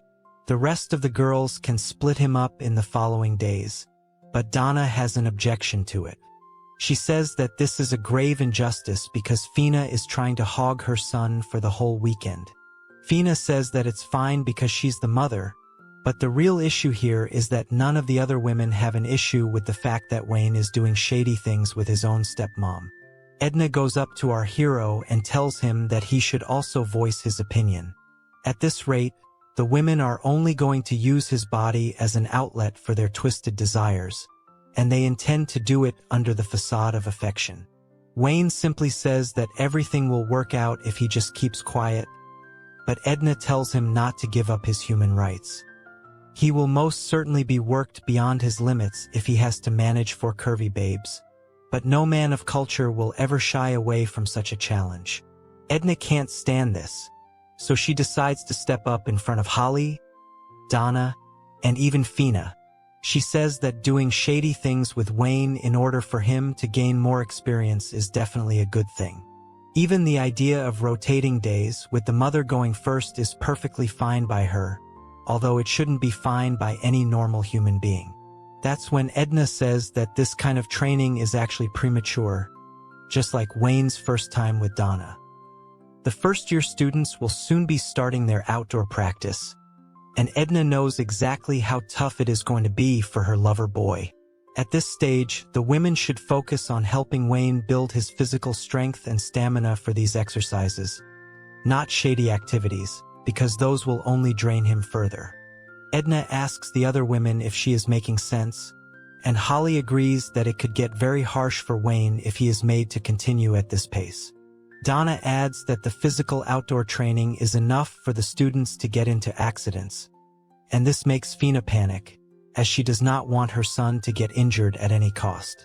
She says that she and the women should refrain from engaging with our hero so often, and Edna is glad to see even the mom agreeing with her. She adds that she will take care of the morning training sessions with Wayne, and he is happy to see how much she cares about him. However, Holly then suggests violating Wayne 3 times a day once he has built up his stamina. Donna is very supportive of this idea, and even Fina exercises her mother's authority to get Wayne first. Our hero does not understand how his life has come to this, but such is the price one must pay to experience true heaven. minus the Alabama angle. Fina declares that today's conversation is officially postponed till the outdoor practice sessions are completed. She then thinks of using this free time to buy a skirt for Wayne, so that she can try out some cross-dressing fantasies. The only thing on Edna's mind is that she will get to spend more time with her lover boy in the mornings from now on. Her main plan is to build her relationship with Wayne and make it grow to the point where he will not want to be with Holly, Donna, or Fina, although he technically shouldn't want to be with Fina in any case. Now, we shift to our hero with the bald boy Norman, who states that the outdoor training practice will start from next week. It involves groups of 5 living in the mountains for a week, while also engaging in combat with the other groups at various checkpoints. In his own group, Wayne has Norman, a boy named Edward with the wind attribute, a girl named Amy with the water attribute, and a girl named Sharon with a fire attribute. Norman isn't too thrilled to be with a baldy, while Amy says that she loves outdoor survival, even though she isn't sure of whether she'll be able to last a week this way. Sharon doesn't have much to say, but Amy continues by saying the group will not face any water shortage due to her ability to create water with her magic. Wayne points out that for such a task, each person will need at least 4 liters of water per day, which comes to 20 liters per day in total. It's too much to ask from Amy, and Norman adds that the group will need a lot more than just drinking water. Our hero locates a couple of rivers and figures it would be great to use one of them for their mission. Amy says that purifying water would be a lot easier for her, so they should focus on this aspect rather than creating water from nothing. Wayne says that the rivers also provide opportunities to catch fish, so Norman suggests keeping a track of the rivers as they move. Since this exercise is for a whole week, Wayne says that the team should focus on preserving its forces, especially for the fights that await them. Food is definitely going to be a problem because eating fish alone will not help their case. Edward uses this chance to mock Norman by telling him to go hunt a bear with his bare hands. He calls Norman Muscle Baldy, so Wayne tries to intervene, but then Norman says that he'll use Edward as bait and then take down the bear after it's done eating him. He says that this will feed more mouths and will also result in the team moving around with lesser deadweight. Of course, Edward does not appreciate this kind of talk, so he mocks Norman and tells him to come at him. Norman is ready to take him on, but Wayne does not want his own team to start fighting like this. At this very moment, Amy attacks both the men with her water balls and tells them to calm down. This is not how the members of a team should be working with each other, and she also points out that they had learned in class about disruptions in their paths effectively being a march towards failure. Edward ignores the advice and uses his wind power to dry himself instantly. He then tells Amy not to use water on him as if he is Cat because he is not like the bald boy Norman who can get dry easily due to him being bald and not having any hair. Wayne is surprised to see how Edward is able to summon hot wind with his attribute, but Edward says that it's not a very high temperature. Our hero realizes that he can use the skill to preserve food as well, which makes Edward's skills even better. How is Wayne going to navigate this new mission of his? And how is he going to be able to manage 4 curvy babes 3 times a day once his stamina becomes better? Like, share, and subscribe for more stepmom content. I will continue to cover the chapters as they get released, so please be patient till then. Okay, I'll see you in the next one. Edward seems to like how Wayne is quick to realize things, so he tells him that the both of them will get along just fine. However, he does refer to our hero as Shorty, although he is the one rizzing up shorties all day all night, regardless of the fact that one of them is his own mom. Wayne tells Edward that he indeed has a name, and Edward apologizes for his mistake. Norman and Edward also decide to shake hands in order to end any unnecessary drama between the two of them, and the Wayne shifts his attention to something more striking. He notices that Sharon has been looking down the whole time, so he wonders if there's something bothering her. He goes up to her to ask if she's all right, as she hasn't really said a word till now. She seems to brush it off as nothing, but also reveals that she doesn't really have any stamina. which concerns her. After all, she will need to keep up with the group for this mission. But Wayne does not see this as a problem. He himself is not too confident if he will be able to succeed alone, but he is sure that all of them will be able to make it as long as they work together. He tells Sharon that the marching speed will have to be adjusted as per the slowest person, which is what they learned in class. In this case, it will be Wayne and Sharon for whom these adjustments will be made. Sharon is still a bit unsure, but Wayne says that the goal of this mission is to cooperate and overcome challenges together. If anyone gets hurt, then our hero will make it a point to heal them. In order to add more motivation, Norman comes in to say that if Sharon will not be with them, then it will be hard to start a fire. The mountains will be very cold, so they will need her skills for cooking as well. Amy joins in and says that fire is a crucial role for this mission, which definitely boosts Sharon's morale. Wayne uses this chance to tell her how the team can only function if everyone works together, and even Edward decides to be a nice guy. He says that he will take care of Sharon when she's tired, and actually states his specialty to be singing. He believes that military songs will motivate everyone, so he'll use his wind powers to boost the sound. He then asks Sharon if she would like to try it now and hear his beautiful voice. However, Sharon says that won't be necessary for her. Even Norman tells Edward to just stay quiet, and Amy isn't too keen on it either. Wayne seems to be the only one who doesn't mind it, but one vote isn't going to cut it.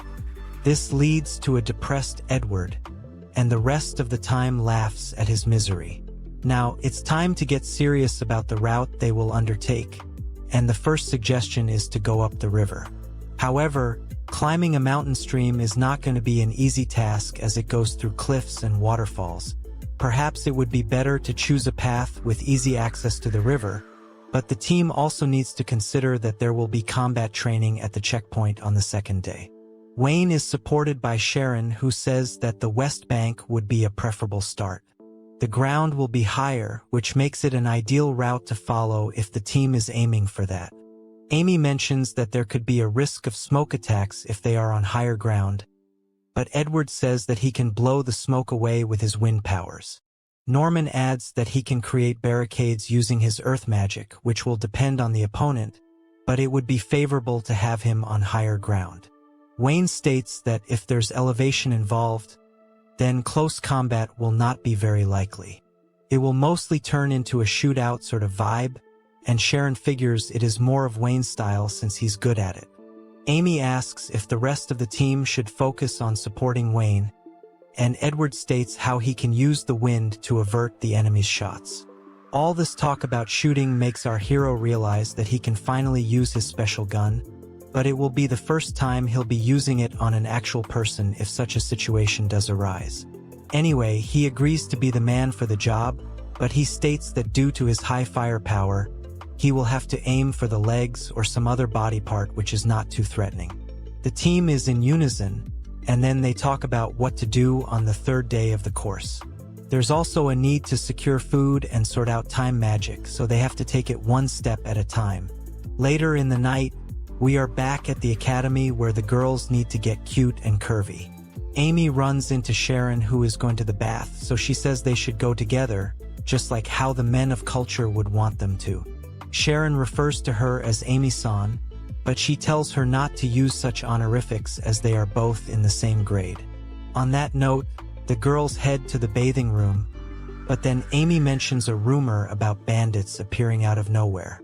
Sharon is a bit concerned by this, so she asks if they have appeared in the mountains where the students are going to be practicing. Amy states that these bandits have been showing up far away from the mountains, but they should still be careful just in case.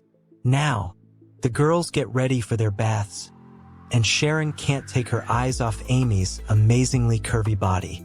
She likes the compliment, but adds that there are girls like Edna and Donna who have much bigger pillows than her. Sharon rightfully says that those girls are way outside normal standards, and the viewers of Comic Guzzlers have been spoiled with way too many censored pillows. Amy just likes Sharon's words of support, so she tells her that even she will grow larger pillows. Out of excitement, She goes to feel Sharon's pillows, but she asks her to stop. Amy adds that some people actually like flat-screen bodies too, but that isn't exactly helping Sharon here. Now, the girls get into the bath and begin to talk about these strange bandits. Sharon wants to know how big the group of bandits is, and Amy says that it's quite large. These people seem to have done some damage already, so they are not to be taken lightly. There have also been reports of these bandits kidnapping girls, so if push comes to shove, then Sharon will have to do whatever she can to protect her own body herself. Amy also feels that the boys of their group are not too reliable, which surprises Sharon. Amy says that Norman does look somewhat reliable, but Edward looks like he'll be the first person to run away from a difficult situation. She also feels that Wayne is small, but Sharon says that he has great shooting skills as well as combat skills, so he should be someone trustworthy. Hearing this makes Amy wonder if Sharon has a thing for our hero, which at this point is not really a surprise. Amy says that Sharon should confess everything to her Oni-san, and she'll give her some counseling. Sharon is confused because Amy just told her that they are in the same grade, but is now calling herself Oni-san. Amy is not going to stop though, so she tells Sharon to drop by her room tonight in order for her to listen to the whole thing. This causes Sharon to blush, and the girls playfully argue with each other. Meanwhile, in the mountains, we see Shady Owl looking at some even shadier men. They discuss when their targets will be coming, and state that they will ambush them in one go. There's also talk about a particular woman, for whom they are going to set up a base. These shady men are none other than the bandits Amy had mentioned earlier, and they talk about how the school has such fine goods, most likely referring to the cute and curvy babes there. They intend to enjoy the girls first and then sell them off in typically disgusting fashion. As for the men, they intend to end them all, so it definitely looks like things are going to take a turn for the worst. Now, it's time for a bonus chapter, which is basically just another way of saying fan service. We move to the girls' locker room where Sharon and her friends are discussing boys they are interested in. A super curvy babe friend of hers says that she hasn't found anyone just yet, and even Sharon doesn't seem to be into the whole dating aspect. There's another flat-screen girl present in the room, although it seems that we don't know her name either. She says her class is a complete disaster, and the curvy babe says that it's a military school, so they won't find anything other than muscle heads. She laments that she wore cute and shady garments for no reason, and the flat-screen girl says she would prefer to have a young boy by her side, meaning she is like the female version of Drake. Now, the curvy babe remembers there's a cute boy in Sharon's class who's her age, but she says he's not that cute and won't be her type. The flat-screen girl says that she wouldn't mind him as long as he's young, further cementing her status as the female drizzler. The curvy babe wants to know how the flat-screen girl will land this cute boy, who is most likely Wayne, but the flat-screen girl says that she has a slender figure. She believes this kind of body is a hit with a lot of people, but that could also be because they appeal to PDF files. Sharon feels that genuine men of culture, like the viewers of Comic Guzzlers, love larger pillows, so she is told that she still has time to grow. The curvy babe even believes that Sharon will reach her level as they are eating the same food. The flat-screen girl does not buy this because the curvy babe has been this way right from when she started school. The only food she should be bringing is from the dairy farm she calls home. This leads to a bit of an argument between the girls as the curvy babe threatens to shove food down the flat girl's mouth. The flat girl responds that she wants to become a cow, not a pig, and this conversation goes on for a while. Meanwhile, Edna is seen staring at the locker, so Holly asks her what's up. She reveals that she has done shady things with Wayne, but she feels she should consider the mood a bit more. Holly is shocked that Edna has already violated our hero without telling her, but Edna reminds her that she does not report to her. Holly does not like that Edna has sneaked ahead of her, so even she will need to get the jump on Wayne soon. Holly realizes something now, which is that Edna always happens to wear pants. She wonders if Edna has any skirts or dresses, to which she answers that they're hard to move in. Additionally, the frills are not to her taste, so she's fine the way she is. Holly says that it would be fine to wear a skirt every once in a while, because it could be alluring to Wayne, making him do even more unspeakable things with Edna. This does make sense to Edna because men of culture do prefer that kind of clothing on curvy babes. Holly states that it may vary per man, but it is true for the general audience. She says that she will lend some of her cute clothes to Edna for the next time, but she says that her pillows won't fit them, so she'll probably buy something on her own. Holly insists on helping Edna, even if it means lending her a simple fashion magazine as a reference. Now, we move to the mommy milk goddesses, who are discussing how they have been able to pull off their classes so well. Fina tells Donna that they should have some drinks in her room after they change, so Donna feels that she is going to keep her up all night with stories if she violates her own son. Fina knows that Donna likes to hear such shady stories, but Donna says that she wants to hear some tales from when he was little, which means we are basically in a world where all the women are Diddy. Fina says that Wayne was always cute even when he was little, but the atmosphere around him had changed halfway through. It could be because of the accident after which our hero came into his body. But then Donna exclaims over how fur Fina is despite having given birth to a child. Fina likes the compliment, and she says that a strong mother needs to train every single day. She also says that she's jealous of Donna's massive pillows, but Donna would prefer to be slim like Fina, because her pillows add a lot of weight to her, both physically and mentally. Fina says that if Donna trains her inner muscles, then she'll stay toned without getting bulky. It will also keep her pillows from sagging, so Donna is interested in the training. The Alabama mom says that it will lead to her losing her soft and curvy body, so Donna figures she might as well remain this way if it's what Wayne likes to violate. Now, we move to the boys' locker room where they are discussing female body parts. Of course, there's mention of pillows, bottoms, and thighs, but Norman isn't interested. Wayne walks in and learns that the boys are debating the most important parts of a woman's body. The boys ask him what he prefers, but he gives a safe response by saying he prefers personality. That's quite rich coming from a boy who has only been with cute and curvy babes till now, and has also gotten shady with his own mom. The boys shift from Wayne to Norman, but it only gets weirder as the baldy prefers muscles. It's finally time for the training to begin, so our hero's team checks out their supplies. They include portable rations, water bottles, compasses, shovels, smoke grenades, combat rod blankets, medical kits, and also a change of clothes. Wayne tells everyone to make sure they have everything packed, and then the team sets out on its journey. The field exercise is supposed to take place in the nearby mountains, and the team will need to traverse their paths to regular checkpoints over the next few days. As of now, they only have the bare minimum when it comes to food and water. They will mostly have to hunt and fend for their supplies as well. The team leader has been chosen as Norman because he is the oldest amongst everyone. The first checkpoint is a whole 10 kilometers away, and with the estimated speed on the mountain trail only being 1 or 2 kilometers per hour, it's safe to assume this trip will take around 7 or 8 hours for sure. This means they won't have much time to spare for setting up camp before the sun sets. Some time passes by, and Wayne asks Norman for how long they have been walking.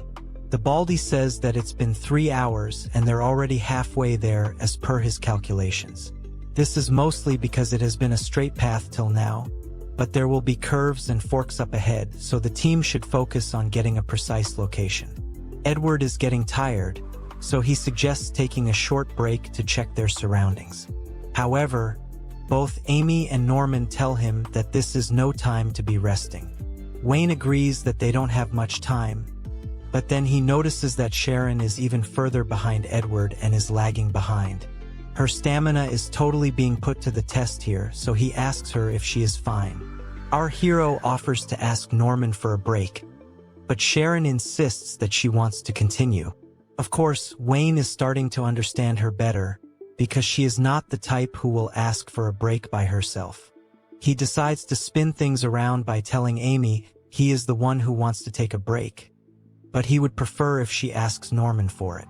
Amy is confused because Wayne should just say it himself, but he explains that if he does it then Sharon will feel obligated towards him. He does not want her to have that attitude right now, so Amy gets his logic. She also teases Wayne by saying he's a gentleman and he's going to get brownie points for this. Our hero says that's not the case as he already has enough kitties to fill, including his own Alabama mom. Amy proceeds to ask Norman for a break to check the terrain, but he says it's still a bit too early for them to do so. Amy then explains that it's faster and better to take moderate breaks on the mountains rather than on flat ground. Norman did not know this, so Amy says she has experience with mountain climbing, although with no sense of direction. Wayne chimes in by saying Amy has more knowledge about these things than the rest of the team, so the Baldy takes his word for it and announces a break.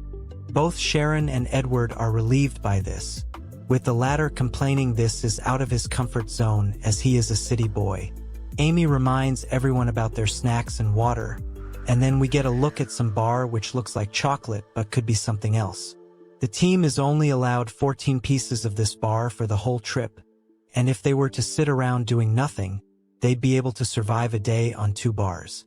The color looks awfully unhealthy, and as Sharon eats it, she comments that it tastes like an awful mixture of sugar and rock salt. This bar is supposed to be a complete meal with all the required nutrition, but it definitely tastes awful. Wayne washes down the food with water, but he only has 20 liters with him, so he'll need to be more careful till he finds a proper source of water. Our hero is missing his mom's cooking, and we can be sure that he's also missing doing Alabama things with her. Amy offers Sharon a small bite, but she does not know what it is. Amy says it's a seranashi, which she found on the way. Wayne takes a bite and is immediately refreshed, as the fruit was chilled with water magic while also being cool and tangy. This has pretty much washed all his fatigue away, so our hero is amazed at how amazing the fruit is. He actually saw it being born in front of him, which makes him appreciate food knowledge even more for trips like this one. Amy really is a lot more reliable than she lets on. Norman suddenly calls Wayne to come look at something, so he walks towards him. The Baldy states that there should be a big tree in this resting spot as per the map, but it is nowhere to be found. That's a bit surprising to our hero because it should not be the case. After all, the map can't be wrong out of everything else. The boys wonder if they had made any mistakes during their route, but the path has been fairly straight so far, with no branches showing up. There may have been a few small ones, but the team has not strayed away from its main path at all. Edward says that if there's such a difference, then it could also mean that the other teams are playing dirty and interfering. Everyone is not climbing at the same time, so it's easy to confuse those behind you. Edward then brings up a boy who has a wood ability but not the Drake kind. If he came here first, then he would have definitely made the tree trunk disappear. Wayne asks Norman if somebody would actually do something so extreme to confuse the competition. The Baldy says that he would not rule it out, even though it's a seriously twisted thing to do. After all, it only takes one man with a bad personality to get this job done. Norman wonders if this is the work of the team that came here a day or 2 before them. If so, then it's a cowardly and horrible idea to confuse and exhaust them.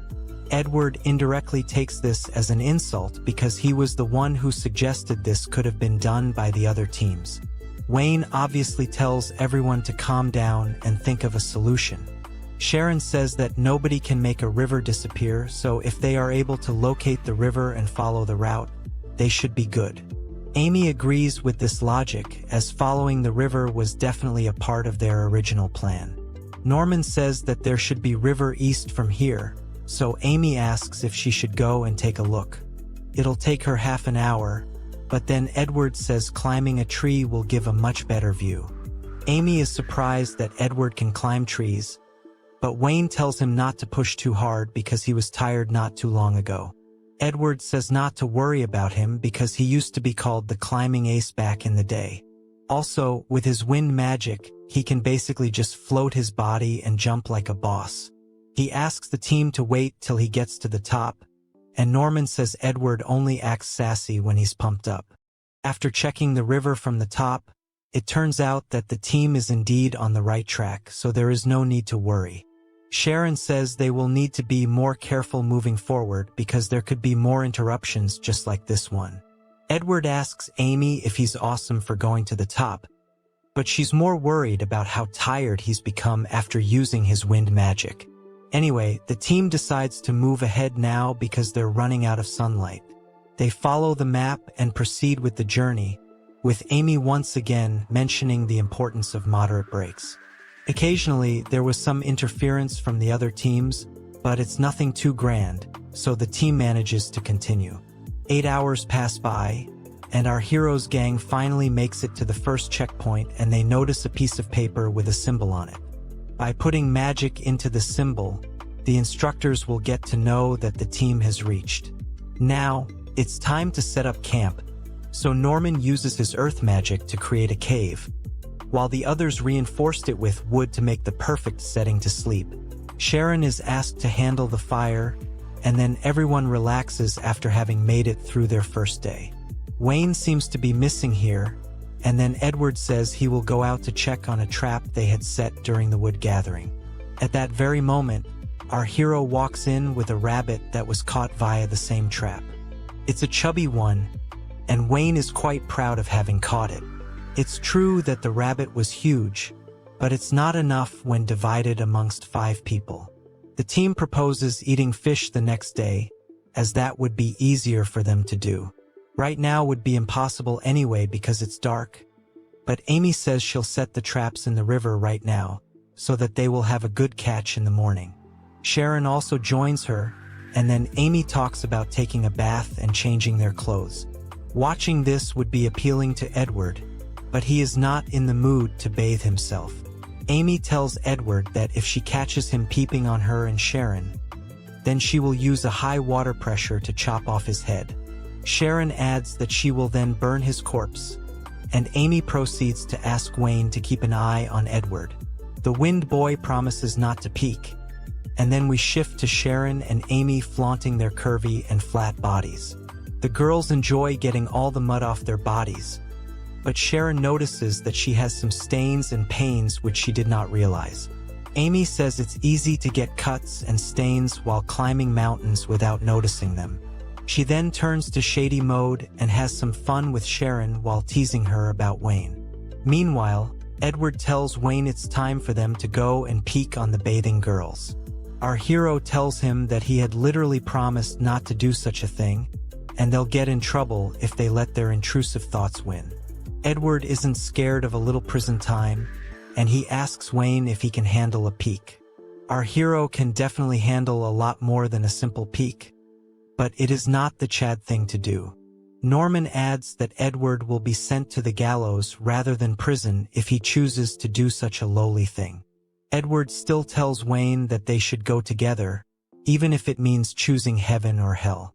Norman tells our hero that he will look down on him if he chooses Edward's path, but this only causes a bigger argument. Edward continues to call Norman baldy and asks if his own eggs are falling off just like his hair. Norman loses it and explains that he chooses to shave his hair off. Edward still calls him baldy, and the both of them get into a heated discussion, so Wayne has to calm them down. Either way, Norman still tells Edward to march to his own demise by himself rather than taking Wayne along with him. Edward counters by telling Norman he knows nothing about the romance of men, although that does sound like a ditty thing to say. Meanwhile, the girls are already done with their bath, so they decide to head back before it gets too chilly for them and their pillows. They decide to check on the fish trap one more time before going to the cave, and Sharon lights the way for them. What they don't realize is that the shady bandits from before are also here, and they notice that girls are passing by.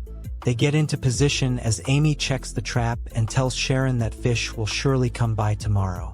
Sharon realizes it's a bindo trap, meaning once the fish enters, it cannot escape it. She wants to learn how to make one, and Amy agrees to teach her. But the girls don't realize the shady bandit ninjas pouncing on them from behind. Before they even know it, the bandits grab the girls and talk about seizing the day while knocking them out with chloroform. Meanwhile, Wayne stands hopelessly as Edward and Norman continue to argue. Now that Sharon and Amy have been captured, they are rendered helpless as they struggle with their hands tied together. The shady ninjas tell them not to make so much of a ruckus because their friend shall be arriving at dawn to come and pick them up. Things are a bit worrisome for the girls, but one of the ninjas says that they won't do anything shady with their hostages.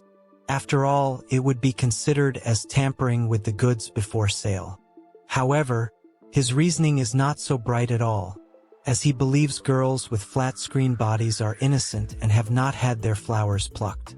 Due to this, he believes Sharon is an innocent girl.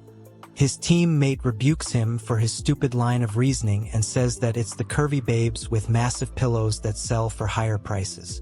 However, both the ninjas are called fools by the third ninja, who says that the pricing is not determined by bodily factors, but rather commercial ones, such as shipping rates. The idea is to increase these rates by creating a scarcity, which in turn will lead to a higher demand for curvy and flat-screen girls. This ninja should really be working as a teacher rather than doing such shady things, but you have to acknowledge the hustle. The other ninjas call him Big Bro and say that his way of thinking is quite unique. The business ninja then praises his own kidnapping skills, but the girls both lament the fact that they allowed themselves to get captured by such fools. Now, the Big Bro tells his ninjas that the other kids from the military academy might still be lurking around, so he's gonna go on patrol. He tells the others to stay on guard, but also reminds them not to lay their hands on either of the girls. One of the ninjas pulls out a smoke and is able to enjoy it even with his mask on, which is a rather commendable achievement. He chats with his buddy and then he brings up the topic of their big sis joining them as well. The buddy ninja is surprised to hear this, meaning the big sis clearly is a big name. Meanwhile, Amy asks Sharon if she is all right, to which she says she's fine. Amy then apologizes to her for mentioning the bandit ninjas and still taking her out for a bath. However, Sharon says she knew what she was doing, so it's her fault as well for being careless. More importantly, Amy wonders if she and Sharon have what it takes to overpower the ninja guards. Sharon mentions that she can burn through the ropes with her fire skill, but even if she does that, the girls do not have a magic rod to enhance their powers. That would make it tough for them to defeat their opposition, but Sharon is confident that she will at least be able to leave a nasty burn on the three guards. Amy wants to be smart about this, so she says they need to think of a proper plan to get out of this mess.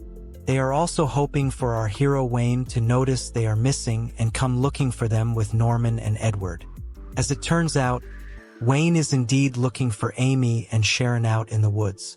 He realizes that it is quite odd for the girls not to have come back yet, and figures it might be an injury or something they're dealing with.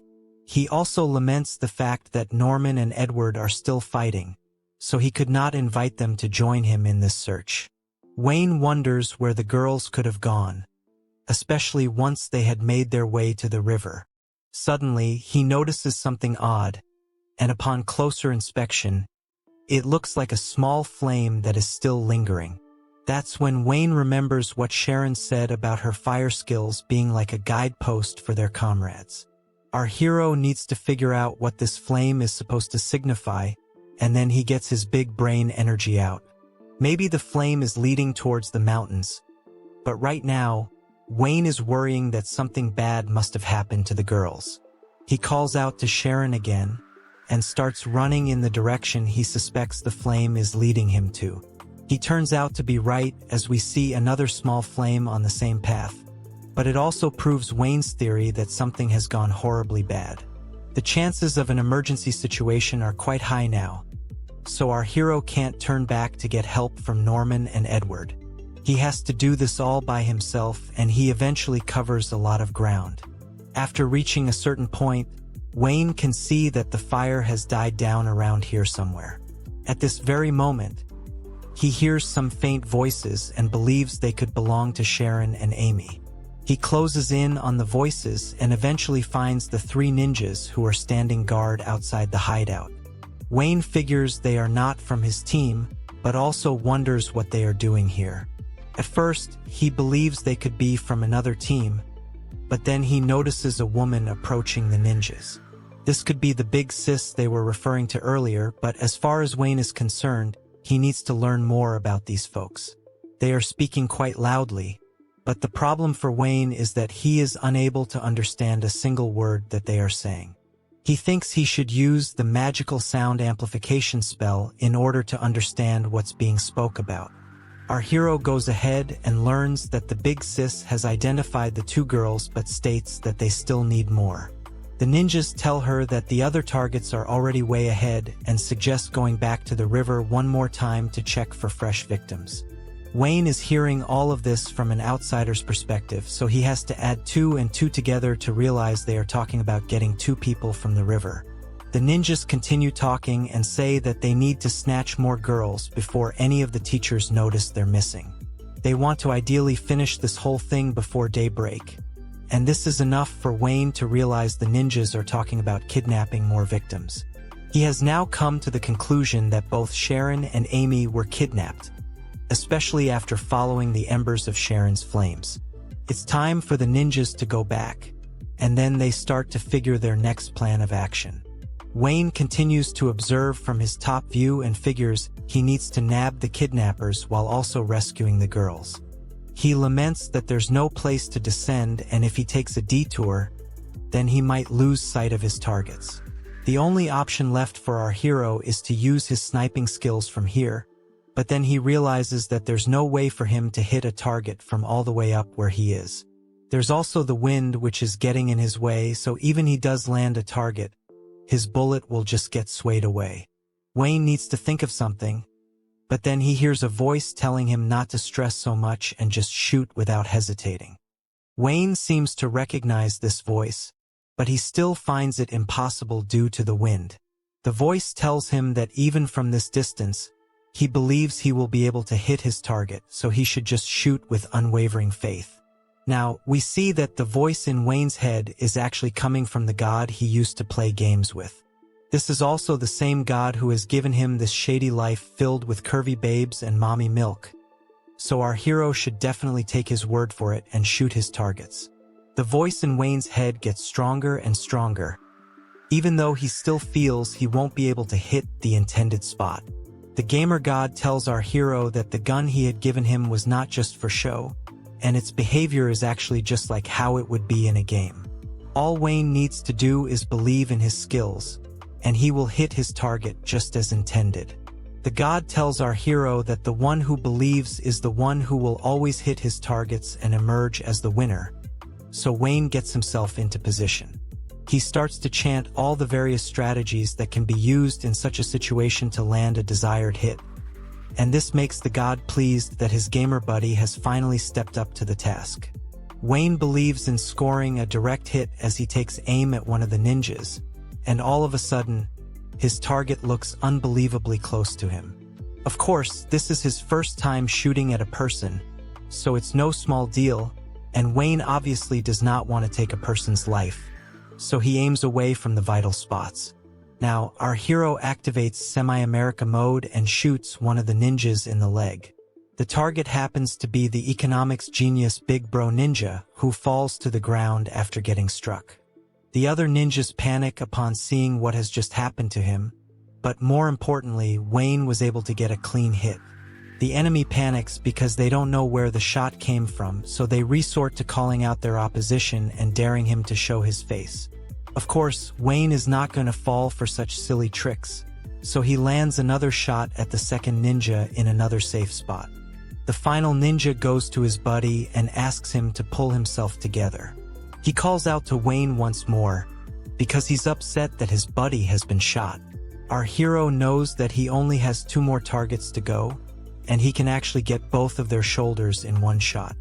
Now is the time to finish the job, but as our hero fires his shot, the big sis shows up all of a sudden from nowhere, and she is able to slice the bullet in half before it reaches the ninjas. As expected, this amazes our hero, and the big sis realizes that the enemy is shooting at her men from the top. The ninjas are relieved to see her, and she says that she will take care of Wayne while also securing the two girls. The surviving ninjas can't do much, so they decide to run away for now. Wayne is still trying to understand how the big sis was able to slice his bullet with her sword. He convinces himself that it must have been a fluke, and had to have been a case of pure chance. He fires at the big sis again, but she is able to block it because our hero's aim is spot on, which makes it easy for her to predict where the bullets will land. Now, the big sis activates ninja mode and starts to make her way up the cliff, which also shocks Wayne. She makes her way to our hero and presents herself in all her glory. Big sis is also a cute and curvy babe, but Wayne will probably have to deal with her right now in ways that don't involve the bedroom. He is still trying to digest the fact that Big Sis was able to climb the cliff with nothing but her hands and feet. Big Sis, on the other hand, finds our hero attractive but also wonders what he's doing here with such an odd weapon. It looks like something out of a forgotten toy box, so she prepares to attack. Wayne draws his gun, but Big Sis is too fast for him and she ends up slicing his arm before he can even land a shot. Our hero is in awe because he could not even see the sword coming at him. It makes him realize that Big Sis could have something to do with time magic as well. He recalls what his mommy Fina told him about a skill known as Isekai'd jutsu, which is not a magical spell, but rather depends on advanced skills. In short, this is bad news for our hero, and then Big Sis tells him he won't be able to use his toys anymore with the condition his arm is in. She also says a young boy such as Wayne should not be using his tools to hurt others, but adds that she will be kidnapping him as well as Sharon and Amy. This is enough confirmation for Wayne to know that he has to defeat Big Sis if he is to rescue his teammates. Big Sis can sense the hostility in Wayne's eyes and comments that she will have to put him to sleep for a while now. Wayne can only shoot with his left arm for now, but even so, he is not sure if he will be able to keep up with his enemy's speed. He wonders if shooting is the only way to get out of this, and he also becomes very anxious because he does not want to rely on taking someone's life in order to survive. It's time for him to make a stand, so he gets locked and loaded to take on Big Sis, who also shows signs of concern now that Wayne has activated Chad mode. Our hero knows that it will be impossible to dodge the skills of Isekai'd jutsu, so he will need to time this perfectly if he is to get out of the encounter alive. Big Sis prepares herself with her sword and is ready to pull out her ultimate finisher move known as the Koi Gucci cut. Wayne sneakily pulls out something from his pocket and decides to utilize it the way his mommy had asked him to. He throws the item right at Big Sis, who wonders how Wayne was able to get so fast all of a sudden. She feels that her opponent has some kind of hidden magic, but more importantly, she needs to understand what he has just thrown at her. She slashes the item with her sword and notices that there are sprinkles of some substance inside it. This substance seems to have some kind of metallic smell, just like gunpowder, and that's when Wayne reveals it's supposed to be a neat little bomb he has used in his games. He shoots at the substances and unleashes a sting grenade, which gives him the upper hand over Big Sis. She gets blinded by the lights, but we don't know if she can sleep until she feels his touch. Big Sis realizes that even if she is unable to see, she can still sense the presence of her opponent, so she should just calm down for now. However, when she does activate her senses, she realizes that Wayne is no longer in the area with her. That's when we shift to our hero, who has managed to escape the scene, although he does seem to have some very serious injuries. He figures it would be best to retreat for now, because he will have to inform Norman and Edward about what he has just encountered. After all, our hero is not at the level where he can handle an entire gang of bandits just yet. He will not be able to rescue Sharon and Amy right now either, so he apologizes to them in his head and hopes for them to just wait a little longer. Now, we move back to Norman and Edward, who are done with their fighting, but Gabe only just realized that Wayne has gone out. Edward hopes he did not go snooping around outside because it's not safe. However, Norman points out that something is up because even Sharon and Amy have not returned from their bath. This means they will have to go out looking for them, as Edward believes they may have lost their way outside. Norman agrees, but also says that they should light a bonfire at the entrance of the cave so that they can have some kind of landmark to reference. The boys step out of their base camp and decide to start looking at the river area. And at this very moment, they notice the massive sting grenade blast that Wayne had unleashed. Edward doesn't understand how there is so much light at one particular section, and Norman realizes that this is no normal kind of light. Suddenly, the light changes to smoke, which makes both the boys realize that it is of the same color as their team. They have no idea whether this is Wayne or someone else, but they do know they need to hurry because this looks like an emergency case. At the same time this is happening, we shift to Sharon and Amy, both of whom are trying to make sense of the commotion going on outside. Amy decides to use her collection magic to listen in, and she then overhears the ninjas meeting their big bro. He reveals he has been shot in the legs and can't move, which obviously angers the men. The surviving ninjas do not know who the culprit is, but they do know that Big Sis is fighting him, so they are sure she would have taken care of him. The ninjas can't be sure of that, but more importantly, they need to take care of Big Bro's injury. Healing magic would be the obvious way forward, but they don't have anyone from the main unit here, which means there are no healers. They have no choice but to wait now, which leads to them cursing the mysterious sniper. Sharon and Amy both realize that if it's a sniper who attacked these ninjas, then it has to be Wayne. However, with all the talk about Big Sis fighting Wayne, the girls have be alert as they could get dragged into something messed up. Anyway, if Wayne is putting in his best efforts, then so should the girls, and this leads Sharon to burn the ropes binding her and Amy. They have to quickly make it out of here if they want to meet Wayne again, but the problem is the ninja gang outside. Even if they manage to defeat the 3 injured ninjas, they still have the others to deal with, but Sharon seems to have a plan for this. She takes out some kind of metallic object which she is going to use to take down the enemies. The other ninjas try to make a smoke signal big enough to alert the main squad, but they are not able to make the fire any stronger than it already is. Suddenly, they hear someone from behind asking if they need a hand, but this spells trouble for the ninjas because it's none other than Sharon herself. The ninjas can't believe she was able to get out of her ropes, but then she reveals to them that she has the power of fire, so heating things up is no issue for her at all. She takes out the metal compact and says that it can get as hot as a blazing red flame, and if it comes in contact with water afterwards, it will form a massive explosion. Sharon heats up the item for a while and then presents it to the ninjas, after which a water attack hits it and causes the giant explosion. The destruction is quite devastating, but Sharon is more impressed by how accurate Amy's shot was. Amy, on the other hand, is surprised that she succeeded, because it's time to rev it up, so Amy and Sharon get going immediately, and then we move to Norman and Edward, who are still out looking for Wayne. The smoke has cleared, but there is still no clarity on what to do from the boys as they don't see anyone around. Suddenly, someone can be seen moving behind the bushes, so Norman and Edward think it might be Wayne. However, it turns out to be Big Sis who pops her head from the bushes.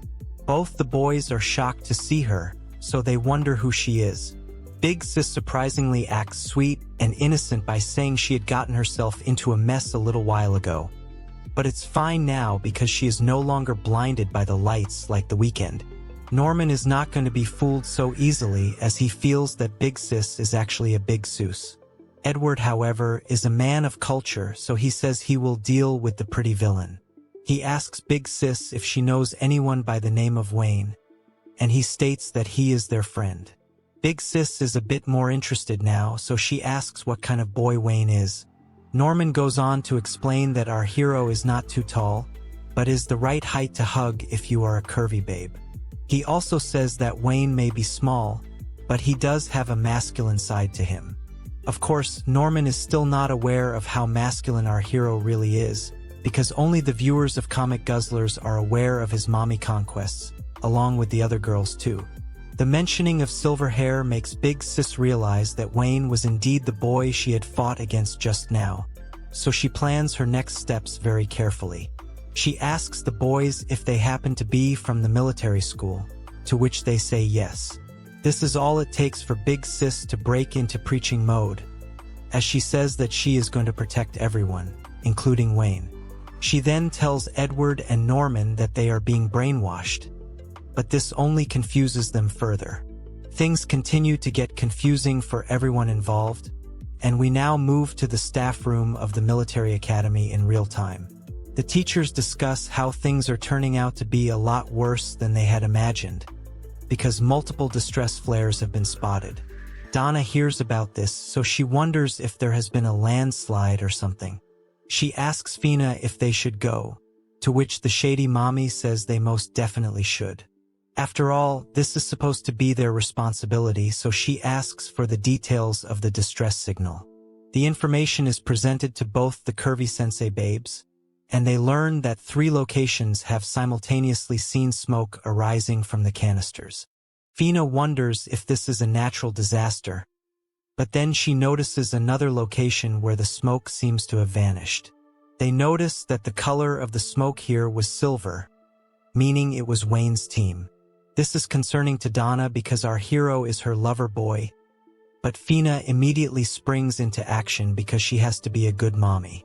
She leaves Donna in charge of the staff house and charges out towards Wayne's location. Donna comments that it's only natural for her to go out and look for her son, but now that she has to take care of the other 3 spots, it's going to be difficult to do it solo. She will need some capable students by her side. And that's when she remembers that Edna and Holly are here as well. Donna catches the curvy babes in the middle of their changing to inform them it's time to roll like Optimus Prime. The girls discuss what is going on, and the thought of Wayne being in distress clearly makes them anxious. They want to hurry as soon as they can, but Donna tells the girls they will need to get dressed first if they are to step out in public. Edna and Holly want to know the location, but Donna states that there are 3 possible sites. Since there are 3 girls now, it makes sense to search every nook and cranny of these areas to find clues. Now, we move back to our hero who is still panting away and has not yet recovered from his injuries. He has reached the base camp, but to his dismay, Norman and Edward are not there. There was also a loud boom he had heard not too long ago, but that came from the explosion created by Sharon and Amy. Wayne has a feeling that things have gone from bad to worse, but he can't just stay still, so he decides to head in the direction of the explosion. He reaches the spot and is shocked to find the ninja bandits from earlier passed out on the ground. Wayne wonders who could have caused this mess, but then he finds Sharon's compact, which answers his question. Wayne believes that maybe Norman and Edward also came here to save the girls, but he can't be too sure. Our hero realizes it would be better to head back to the base camp, but he does not realize that the ninjas are waking up behind him. Wayne hopes for everyone to be all right, but at this point, he is the one who's most in danger. How will our hero get out of this messy situation? Will Fina get to him before the ninjas? And will he be able to make Big Sis suck on his Big D? Like, share, and subscribe for more mommy milk content. As of now, this series does not have many more translated chapters, so I will continue to cover what is there for you guys to watch in a long video. If there's more, then I will cover those as well. Okay, then I'll see you in the next one. Now we shift to Fina, who is already in the forest, conducting her investigations. She locates Wayne's smoke bomb, and then starts analyzing all the items she can find. After using her big brain energy, the curvy mommy can deduce that a few battles happened here for sure, and her son was a part of them. After all, there's the smell of blood in the air, and on top of that, there are different sets of footprints here. Fina is able to deduce more information because if Wayne has used his smoke bomb, it means he is the one whose blood she can smell.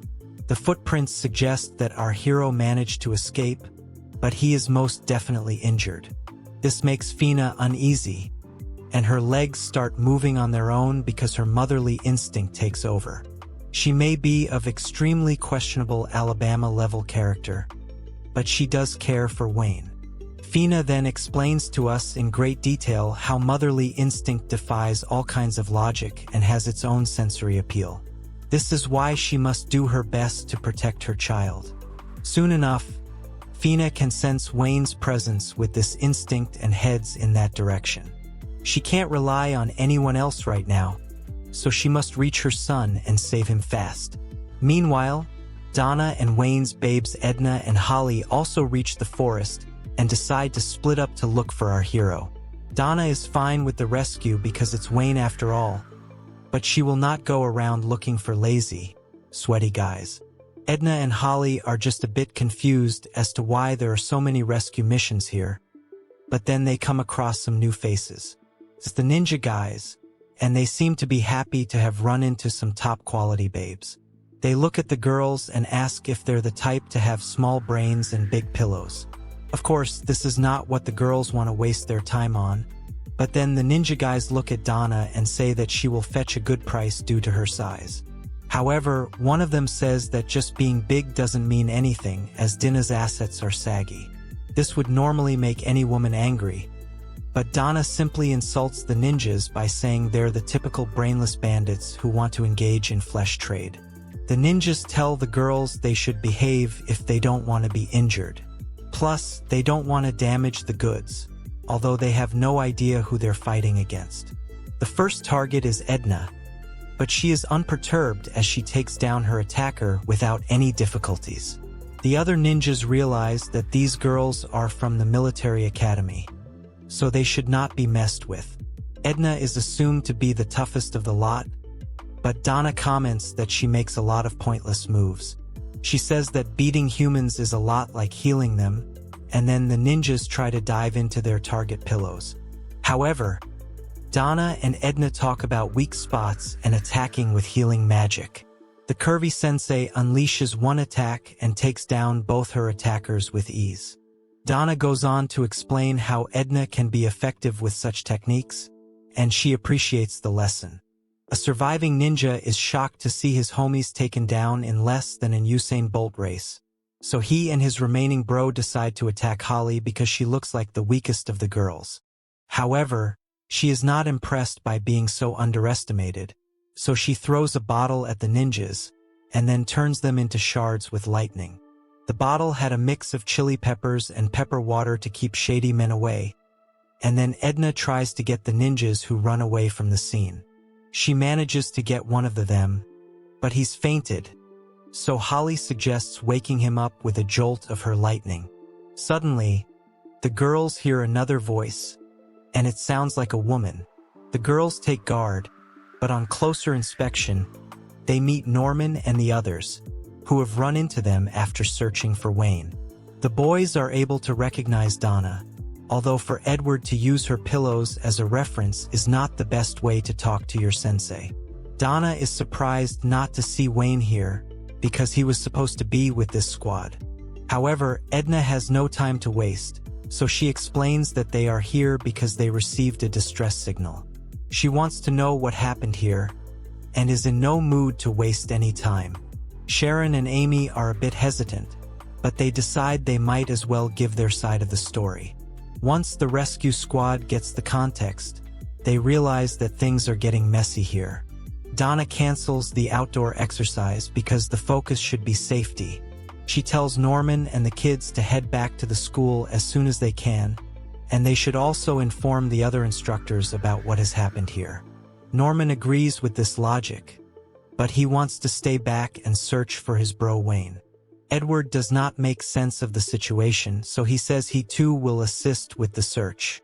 Norman and his bald head say that they cannot search for Wayne with a flashy guy like Edward, who will just be a burden. Of course, Edward does not take too kindly to these words, and it leads to yet another argument between these two, who at this point should just get married. Edward says being flashy is his whole brand image, but Norman and his bald head say that they aren't flashy enough to abandon their friends and run back to safety. Edward says this is not something to take so casually, because Wayne has at least cut his arm in the middle of this chaos. Even so, Norman insists on staying back and searching for our hero. Holly has had enough of this silly bromance, so she tells the boys to stop arguing. She does not like how intense male friendships are, but men of culture stick together, so she agrees to only take the girls back to the school. It's time to set out, and Donna tells Holly to look for people who can heal once she enters the school, because these people will be needed. All this while, Big Sis is also here, as she was able to fool Edward with her womanly appearance, but Edna does not trust her and believes that she is part of the ninja group. Edna would love to beat her down right now, but then Big Sis offers to help with the search and rescue. She claims her affiliation with the ninjas was just a misunderstanding, but she's not fooling someone like Edna, who will make sure to address the matter once the other kids are found. It's time to make teams now, so Donna chooses Edward and Norman as one team, which was bound to happen. She herself will go with Big Sis because she will be able to stop her if she tries to get SUS. That leaves Edna all alone by herself, but she is fine with that. The priority is to tell all the students they meet that the exercise has been canceled and they need to report back to the school as soon as possible. Meanwhile, we see one of the ninja dudes choking Wayne, which is probably something our hero would have preferred to do to his babes. The ninja seems to have had enough of sparing Wayne and has decided to end him once and for all. Our hero, of course, seems to have beaten a vast majority of the ninjas who were behind him, but is injured, so there's no way he can fight back right now against the remaining men. One of the other ninjas tells the aggressive one not to take Wayne's life because the author is anyway not going to let that happen. However, Angry Bro can't just let Wayne go after watching him take down so many of his own men. It seems that Wayne has almost ended most of the other ninjas, and the Smart Bro has understood that our hero's main power is time magic. Smart Bro says that people with this magic are rare and can fetch a good price, so it would be best not to end Wayne. Plus, he can just heal the fallen ninjas and bring them back on their feet. Angry Bro is still angry, especially because Wayne used his gun on him. This seems to be a valuable device, so Smart Bro tells Angry Bro to keep the gun with him. Wayne is not looking good at all, and then Angry Bro decides to fire a shot. Smart Bro is shocked and tells him not to do anything stupid, but Angry Bro says that he will just shoot his legs so that he can't run away. Smart Bro is fine with this because he figures he can heal Wayne right away, but he tells Angry Bro to ensure our hero stops bleeding if it gets serious. However, Angry Bro has no intention of letting Wayne live, and his aim goes right for Wayne's head. What he does not realize, though, is that Fina has emerged from the background to save her son. She lands a brutal blow on Angry Bro and makes him look like a sad bro now. Smart Bro is surprised to see such a skilled fighter here, but Fina says that animals become the most aggressive when their kids are in danger, which is kind of like her current situation. Wayne can see that his mom has come to save him, and she tells him to just hang in there as she gets done with the trash. She also asks her son to close his eyes because something extremely unspeakable is about to happen right now. These words alone are enough to make the ninjas sweat, and then Fina calls out to them, ordering them to get up and fight her. These were the last words that our hero could hear before losing consciousness, and then an intense battle begins. It's only intense from one side though, as we see Fina trying to wake up Wayne soon after, without a single bruise on her. Mommy can't let her lover boy leave her like this, so she tries using CPR to bring him back to his senses. As she continues to do this, Donna and Big Sis also show up to the scene. Donna wants to know what's going on, and Fina explains that our hero's heart is not beating anymore. Fina's healing powers are not doing anything, so Donna decides to try her hand, but then Big Sis says that she will handle it. Fina demands to know who she is, so Big Sis reveals that she's a priest girl from the land of Kaza Midori, where they worship goddesses. She reveals that it's her fault things have ended up this way, so it's her job to make things right. With that, Big Sis puts her hand inside her own chest, which shocks Fina, but Donna tells her to chill. Big Sis says that she is putting her own life on the line to protect Wayne. And then she unleashes a surge of energy which is known as the spark of life. This seems to be good enough to make Wayne regain his consciousness, although it does take a massive toll on Big Sis. Donna and Fina act fast so that they can take these two to the hospital. With that, the outdoor exercise ends, and none of the students get harmed, apart from Wayne. He opens his eyes later and notices that he is in a white room, so he wonders if this is heaven. However, the gamer god is not there this time, so our hero focuses some more to identify that he is in a hospital. After coming to his senses, Wayne realizes that he has been saved from certain doom. Our hero laments that he brushes closely with danger far too often, and then we see Edward and Norma, both of whom are relieved to see Wayne alive and well. Wayne can understand Norman being here, but Edward is clearly a surprise. The boys have a sit-down now, and Wayne wants to know what all has happened while he was asleep. From what is told, we understand that the academy professors took down all the ninjas and handed them over to the police. The ninjas were eventually released, but now, shady routes such as these will be investigated properly to get to the root of the problem. Norman reveals that some of the other students received minor injuries, but no one was as badly hurt as Wayne. Anyway, now that he's up, it's time to let everyone know that our hero is back in action. On that note, Norman and Edward leave, promising to come tomorrow with books that cater to men of culture. Our hero is energetic as he was only concerned about losing consciousness, but that is no longer an issue. After Norman and Edward leave, they discuss having left out something important regarding Fina, but they figure they shouldn't say this to Wayne right now. Our hero gets up and takes a look in the mirror as he realizes that he is actually in good shape so he can get discharged soon. Suddenly, someone enters his room, and he notices that it's Big Sis. Naturally, our hero panics and calls her a bandit, but she tells him to calm down because she was merely deceived by the ninjas into helping them out. She did save his life, so we can give her the benefit of the doubt. We now learn that Big Sis actually has a name, which is Aisha. She does happen to be a priest girl, and she had set out on a journey to search for the chosen one, guided by the divine oracle. However, she had collapsed from weariness during her journey and was helped by the ninjas. In exchange for food and lodging, she had decided to help them out, even though that's still a little sus.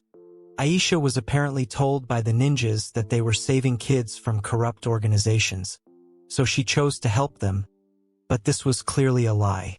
Anyway, Aisha believed that the military academy was brainwashing kids into becoming mindless soldiers, which was why she chose to be so involved there. Aisha had believed that the chosen one was in the military, which prompted her to be even more involved in what was going on there. Anyway, now she has seen the light, and ended up losing all her shrine powers when she saved Wayne's life with them. Due to this, she is no longer a shrine maiden, and has to become a beautiful older sister to Wayne. This is really sus behavior, so Wayne asks Aisha what her next plan of action is. She says that she has already decided her path now, and calls our hero babe. Aisha then bows down and says that she is going to become our hero's bride, as he is the one for her. This comes as a shocker to Wayne, but his powers of Riz must be studied. Aisha says that she gave up everything for Wayne, so he should take responsibility for it, but this is a bit too extreme. Our hero says that it was Aisha's fault that he wasn't at full power against the ninja gang, so she's trying to look sweet and innocent. Aisha says that she does not have the powers of a shrine maiden anymore, so she will not be taken back into her shrine. She asks our hero if he is going to abandon her like this, but he says that she still has amazing physical strength and sword skills that are much higher than his current level. Aisha does not want to have a logical chat, which is no surprise, but then she feels that Wayne is not allowing her to be his bride because he is feeling anxious. She feels that our hero is doubting her abilities as a woman, and even though shady activities are banned in her culture, She's technically in a foreign country now, so it doesn't count. Wayne's Riz is off the charts, as Aisha shows off her pillows to him, and they are indeed quite nice. Our hero tries to stop Aisha, but it is only a futile effort as she wants him to embed this experience into his heart. Just as Wayne is about to give in to his intrusive thoughts, he notices that Sharon has entered the room. She is shocked to see what's going on, so Wayne tells her this is not what it looks like. That's basically every cheating husband to have ever existed, so Sharon runs away feeling sad. Edna and Donna are on their way to see their lover boy too, and they notice Sharon running away. This makes the girls curious, so they go to Wayne's room and find him there with Aisha in a compromised position. Our hero tries to explain himself, but at this point, why even bother? Aisha herself laments that there are way too many obstacles here in the hospital, and then Edna scolds her for not taking Fina's permission before getting with Wayne. Aisha says that she has indeed gotten this permission from mommy, and Donna confirms this too. Basically, Fina had asked Aisha to take care of Wayne while she was gone, but this could have meant simply taking care of his health and not his elephant. Aisha gets dressed and says that she's got a thing for cute boys, so she can handle Wayne by herself. One thing that Wayne needs confirmation on is about Fina not being around here. Why would she ask other women to take care of him? Edna and Aisha argue over who is going to give our hero the news, but then Donna figures she'll be the one to do it. She asks Edna and Aisha to leave and reveals to Wayne that Fina has been detained by the police regarding murder. Of course, Wayne panics upon hearing this and wants to know why this has happened. Donna tells him to take a chill pill because she has this covered. She reveals to Wayne that when Angry Bro was about to shoot him with the gun, then Donna ended up snapping his neck after Fina smacked him away. Angry Bro lost his life, and Donna could not heal him, so the whole thing would have fallen on her. Fina, however, took the blame for it, but this is not a big deal because she can just claim self-defense. This is all for show, but Wayne feels bad that his mom is being detained because of him. Donna says that it's fine because mothers would do anything for their kids, and in our hero's case, it's quite literally anything. Donna then says that Fina had asked her to make sure Wayne would get stronger both physically and mentally, because he has not reached anywhere near his true potential. Wayne calms down now, but Donna is disappointed in him because she saw Sharon running away from the room while crying. Since our hero has made her cry, he must make it up to her. So Donna tells him to go after Sharon. She reveals that Sharon may have used the stairs to go to the rooftop, and also suggests that Wayne use his elephant to make Sharon feel better. That is, of course, if he is a true man. This is also sus, but Donna wonders if Wayne will be able to figure this one out. All the girls in the school are older than him, but Sharon is of similar age, which makes her a different breed. We see her taking in the wind as she wonders what she is to do about her feelings for Wayne. But it's time for our hero to flex his muscles, so he shows up to the rooftop, and Sharon calls out his name. Our hero is quite surprised to see Sharon calling out to him, as if she was expecting him to come. Bro asks her why she just randomly ran off from the hospital room, but before he can say anything else, Sharon says sorry to him. He was not expecting to hear this, so she explains that she had actually come to thank him for all his help earlier. Basically, she did not know that Wayne had S-tier Riz, meaning he already has a harem of babes. Sharon thought that Wayne helped her because he liked her, but he actually did it because they were on the same team. She once again apologizes for the misunderstanding, but before Wayne can even respond, she slips abruptly. Sharon is about to fall off the roof, but our hero uses his time magic to get the advantage and rush towards her. Wayne manages to grab Sharon right before she tripped over and asks if she is okay. Luckily, she is fine, and she thanks Wayne for saving her yet again. She says that he came to her rescue back in the forest as well, so perhaps she wasn't wrong about her feelings. At this very moment, Sharon hugs our hero and confesses that she likes him, further making us feel that it should have been us, not him. Wayne is absolutely clueless, because this is the first time that a girl has confessed to him. Sharon starts to look at him with shady eyes, and she puckers up, expecting Wayne to kiss her. Despite having immaculate Riz, our hero does not know what to do in this situation, which is a cruel twist of fate. He decides to make his move, but just before he can do anything about it, someone pops up and says that student relationships are not allowed. It's Aisha, but she's a little late to the party because Wayne has student, teacher, and mommy relationships already. Aisha states that she cannot allow such things to happen in front of her eyes, but Sharon calls her out for being a hypocrite. After all, it wasn't long ago when she herself was trying to sow something shady with Wayne, that too in the hospital of all places. Aisha says yes, but maintains that she only mentioned student relationships, so she is technically allowed to get with Wayne. She could be a lawyer with this attitude, but Sharon says that she is only giving excuses for her intrusive thoughts. On top of that, she wants to know what Aisha's relationship with Wayne is, considering there is a significant age gap. Aisha turns it around by playing on the word relationship because to her, it sounds more like a soul bond. In that case, she grabs him and holds him close to her pillows, stating that she was actually thinking of getting married to him. Sharon can't believe what she is hearing. Hut before things get out of hand, we see Edna creeping up behind Aisha. She lands a direct hit on Aisha, making her pass out instantly. Wayne and Sharon are surprised to see her, but Edna says that she noticed her lover boy running up the stairs. She turned around and followed him to make sure all was well, and then she found Aisha trying to marry him. Suddenly, she asks Wayne to stand still, because she has found something in his ear. It turns out to be a sound collection device which Edna herself had put in his ear.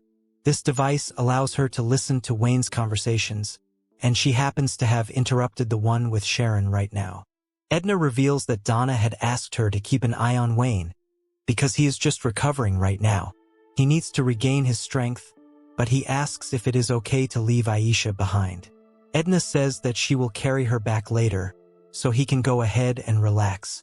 She also tells Sharon that she is 5 years too early, because Wayne enjoys the company of older women, being a seasoned man of culture, following in the footsteps of Ceres. Now, we move to Wayne, who says that a lot has happened since he woke up in this world. He only has his mommy on his mind, for some very obvious reasons. He wants to know how she is doing in prison, and also wonders if she is really doing okay. On that note, we move to the Eastern Prison, Cell 7, where Fina openly orders the new guard around. She wants him to bring her some documents, and he looks like he's scared of her. Fina would like some tea and snacks as well, so this is more like a hotel than a prison. Now, someone else shows up and says that the documents are coming, so he would like to talk to her for a bit. He happens to be the director of a secret group, and Fina apologizes to him for causing so much trouble. He says he is fine to do this for a major collaborator, and they get down to talking about the other prisoners. The dean shows up and says that the bosses are fine with overlooking the murder case, but Fina is surprised to see him here. The curvy mommy says that she has a few things she would like to discuss, and it's mainly to do with the bandits who attacked her lover boy's son. The men also want to know the purpose of the attack because for Diddy-level people to attack military-grade students is a very high risk. The dean says that they probably knew these kids were newcomers on a training exercise, but that means they must have gotten their information from somewhere. The director says that they are cracking down on the information brokers, but it's a bit too late to catch the real culprit. Fina goes through the statements of the captured bandits, and she notices the mention of someone called the Shadow. The men are not sure what this could mean because they have squeezed their prisoners hard for information, suspecting one of them to be the informant. The statement says that only the Shadow was visible with no clear sighting, so the bandits definitely valued this mysterious informant. Fina does not like the look of this at all, and the dean states that the bandits had heard some rumors about the military as well. They will try to get some more information regarding these rumors, and the director will do his best, because the academy has taken good care of him. He takes his leave because apparently, the dean would like to have a word with Fina in private. He gives her a letter which has to do with Wayne, so it gains her interest. It's a detailed letter, but we are not told what it says just yet, although Fina does seem to be affected by it. Her reactions make her seem emotional, so the dean asks if there is something difficult about the case mentioned in the letter. Fina says no, but she is ready to do whatever it takes to save her precious Wayne in this Alabama world. Now, Fina orders the new guard to get her a letter set, because she wants to send a reply. It definitely must be tough for him, because Fina is like a member of the Sopranos over here. 1 week passes by, and Wayne asks the super curvy doctor when he can be discharged. She says that he was brought here under very special circumstances, so they need to observe Wayne for a while longer. She and her pillows ask our hero to be patient, so it's hard to say no.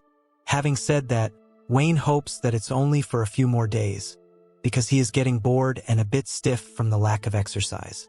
The doctor tells him he can get dressed now, as there are no abnormalities in his body. Now, Edward shows up and asks if Wayne is doing well. The doctor seems to recognize him and is impressed that he always comes to visit here, although there could be other reasons for that. The doctor's name is revealed to be Gakuro, and she tells Edward that Wayne is fine. However, she tells him to stay off the naughty books, which shocks him instantly. Anyway, Edward tells her she's doing a good job, but the damage has been done. After all, he was the one sending these books to Wayne, but he has been found out now. Anyway, Wayne calls out to Edward, and he can see that our hero is fine. He is happy about that, and he brings yet another shady book to Wayne, which comic guzzlers could have already covered. He tells him to take care, and Wayne says that he will read it carefully, the way it was meant to be read.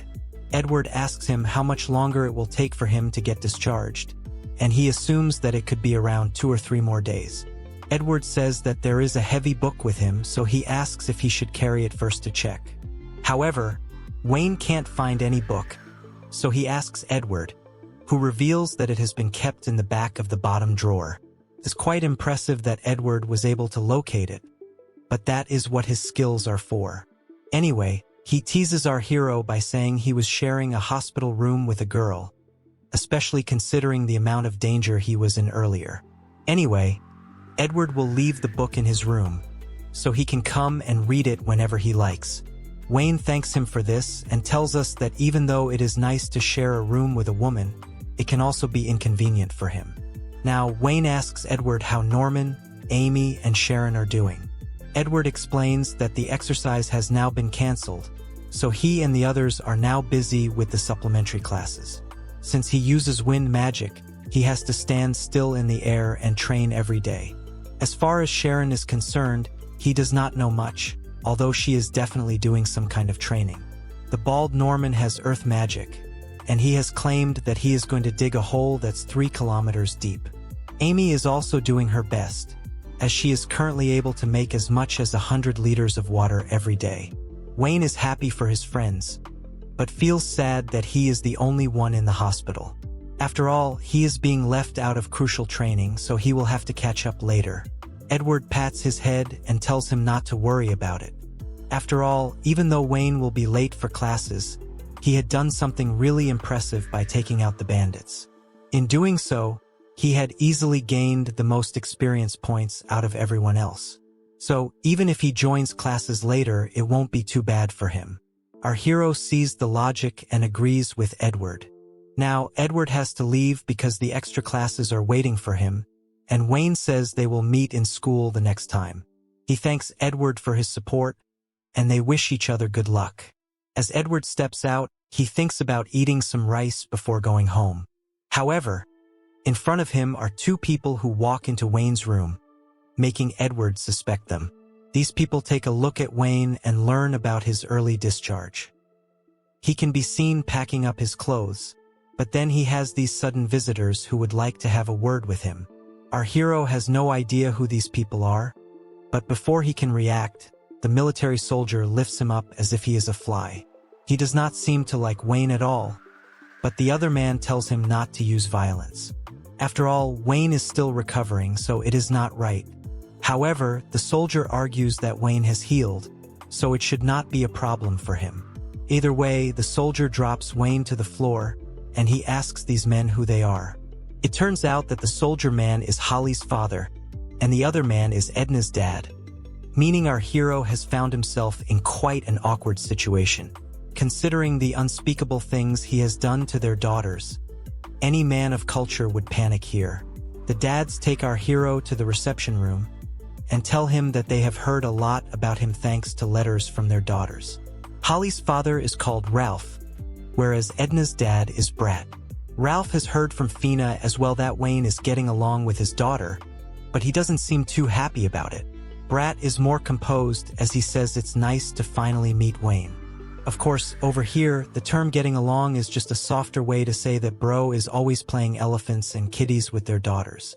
Ralph really wants to confirm this from Wayne himself, but he turns his head away because he does not know what to say. He eventually does reveal that the most unspeakable things have happened with him, Holly, and Edna. He feels a bit shy, but Brat tells him that it's okay because he is in his youth after all. Ralph can't believe what Brat is saying, but he maintains that a true man of culture must always keep a cool face, just like him. Of course, Ralph is not like him, because he can't believe a father would keep quiet while his daughter gets violated. He angrily kicks the table away, so things are not looking good for Wayne. However, Ralph is not interested in attacking without reason, so he tells Wayne to show him if he is really capable to be with his daughter. By this, he is challenging our hero to a fight, but Brat makes fun of Ralph by saying he is already acting like Wayne's father-in-law. The soldier dad is in no mood for jokes, so he tells Brat to keep quiet and watch them go at each other. Now, Ralph begins his attack by launching his iron fist of rage. It's quite fast, so Wayne will need to act even faster. He activates his time magic, which gives him a bit of a boost, and suddenly, someone throws an ashtray onto Ralph's head. He is surprised by this, so he checks who did this. To everyone's surprise, it's none other than Holly, who does not look too pleased with the way her father is acting. Ralph changes his mood instantly, even stating that it's been a while since she had to throw an ashtray at him. Despite his demeanor, Holly does not appreciate Ralph's actions, and she asks Wayne if he was actually trying to hit him. Ralph once again tries to act cool, and gives the excuse that he had seen a bad bug on our hero. He was trying to get rid of the bug and show some love to Wayne, but Holly says that if he wants to get rough with her lover boy, then she will not talk to him any longer. This is quite scary for Ralph, so he simply submits to his daughter by saying he will not be mean to Wayne. Our hero watches on in silence while Brat mocks Ralph once more by saying this is what a father has to do. He then asks Holly if his own cute daughter is with her, so she tells him that Edna not actually with her as of now. She is with Aisha, and we learn that they have been shopping for the whole day. Since Edna had to keep an eye on her, it feels as if she has been swayed the whole day. Aisha looks quite happy and unbothered, so Edna must be having a rough day. Anyway, now Brat comments on how Edna has always been a sullen and uninterested girl around him. Lately though, it's been a lot of fun, as she has been smiling and laughing a lot. He is happy that his daughter is having fun because of Wayne, and our hero feels that Brat is a very kind person. Ralph does not feel the same way, and he scolds Brat for laughing at his daughter getting hurt. Holly gets upset with Ralph once more, telling him that this is not the way to be talking, especially after being forced to sit on his knees. Ralph laments that it is his own daughter who is making him sit this way, but then Brat seems to emit some scary energy. He says that it's fine as long as his daughter is smiling. Of course, if the smiles stop, then he will get serious, which can be seen in the aura he is emitting.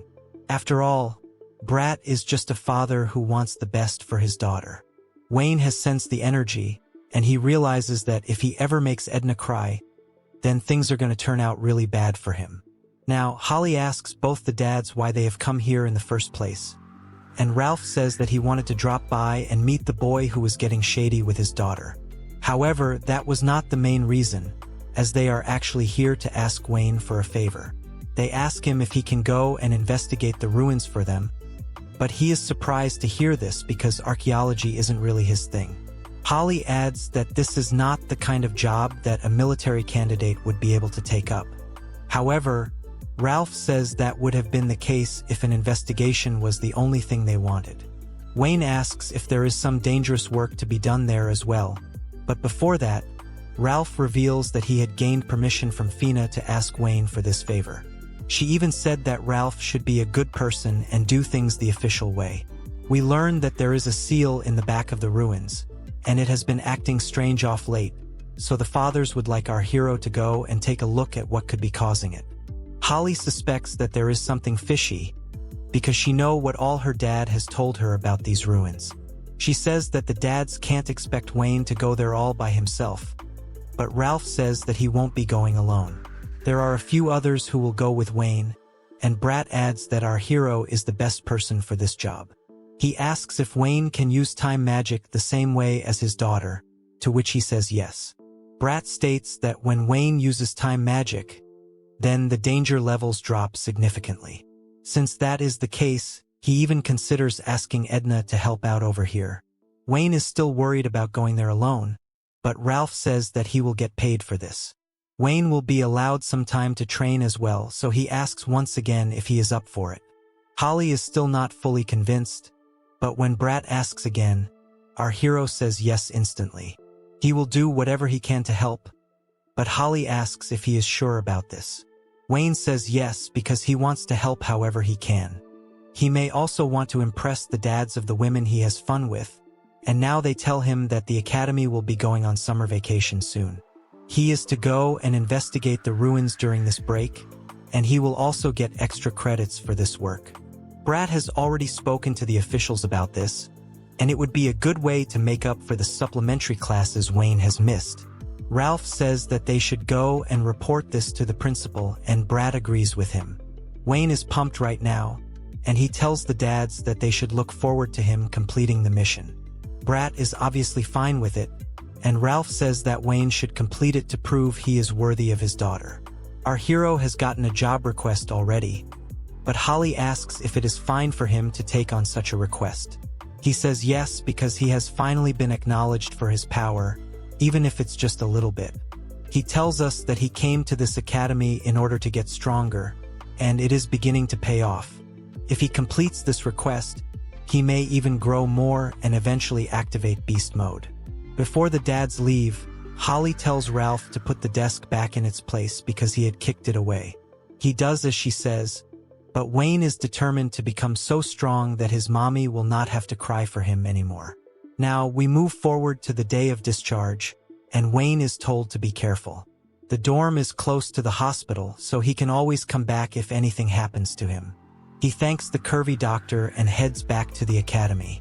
He hasn't been here in a while, so it almost feels nostalgic to him.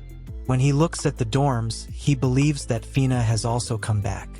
Anyway, he wants to hurry on to his room, which is at the far end of the hallway. However, when he opens the door, he can see that Edna and Holly are already waiting for him here. More importantly though, Aisha is also here in a maid outfit, and she welcomes her master home. How is our hero's new mission going to turn out? Also, how is he going to manage 3 curvy babes at the same time, along with his mommy and Donna? What is the deal with the bandits and these military rabbit holes? There's tons for you guys to find out, but as of now, we have come to the end of this video. Like, share, and subscribe for more mommy content. I had to translate the newer chapters myself, so please show love to this video as it took a lot of work. Who's your favorite babe? Is it Mommy Fina, Donna, Holly, Edna, Sharon, or Aisha? Till then, please continue to support comic guzzlers as responsible men of culture. Okay then, I'll see you in the next one.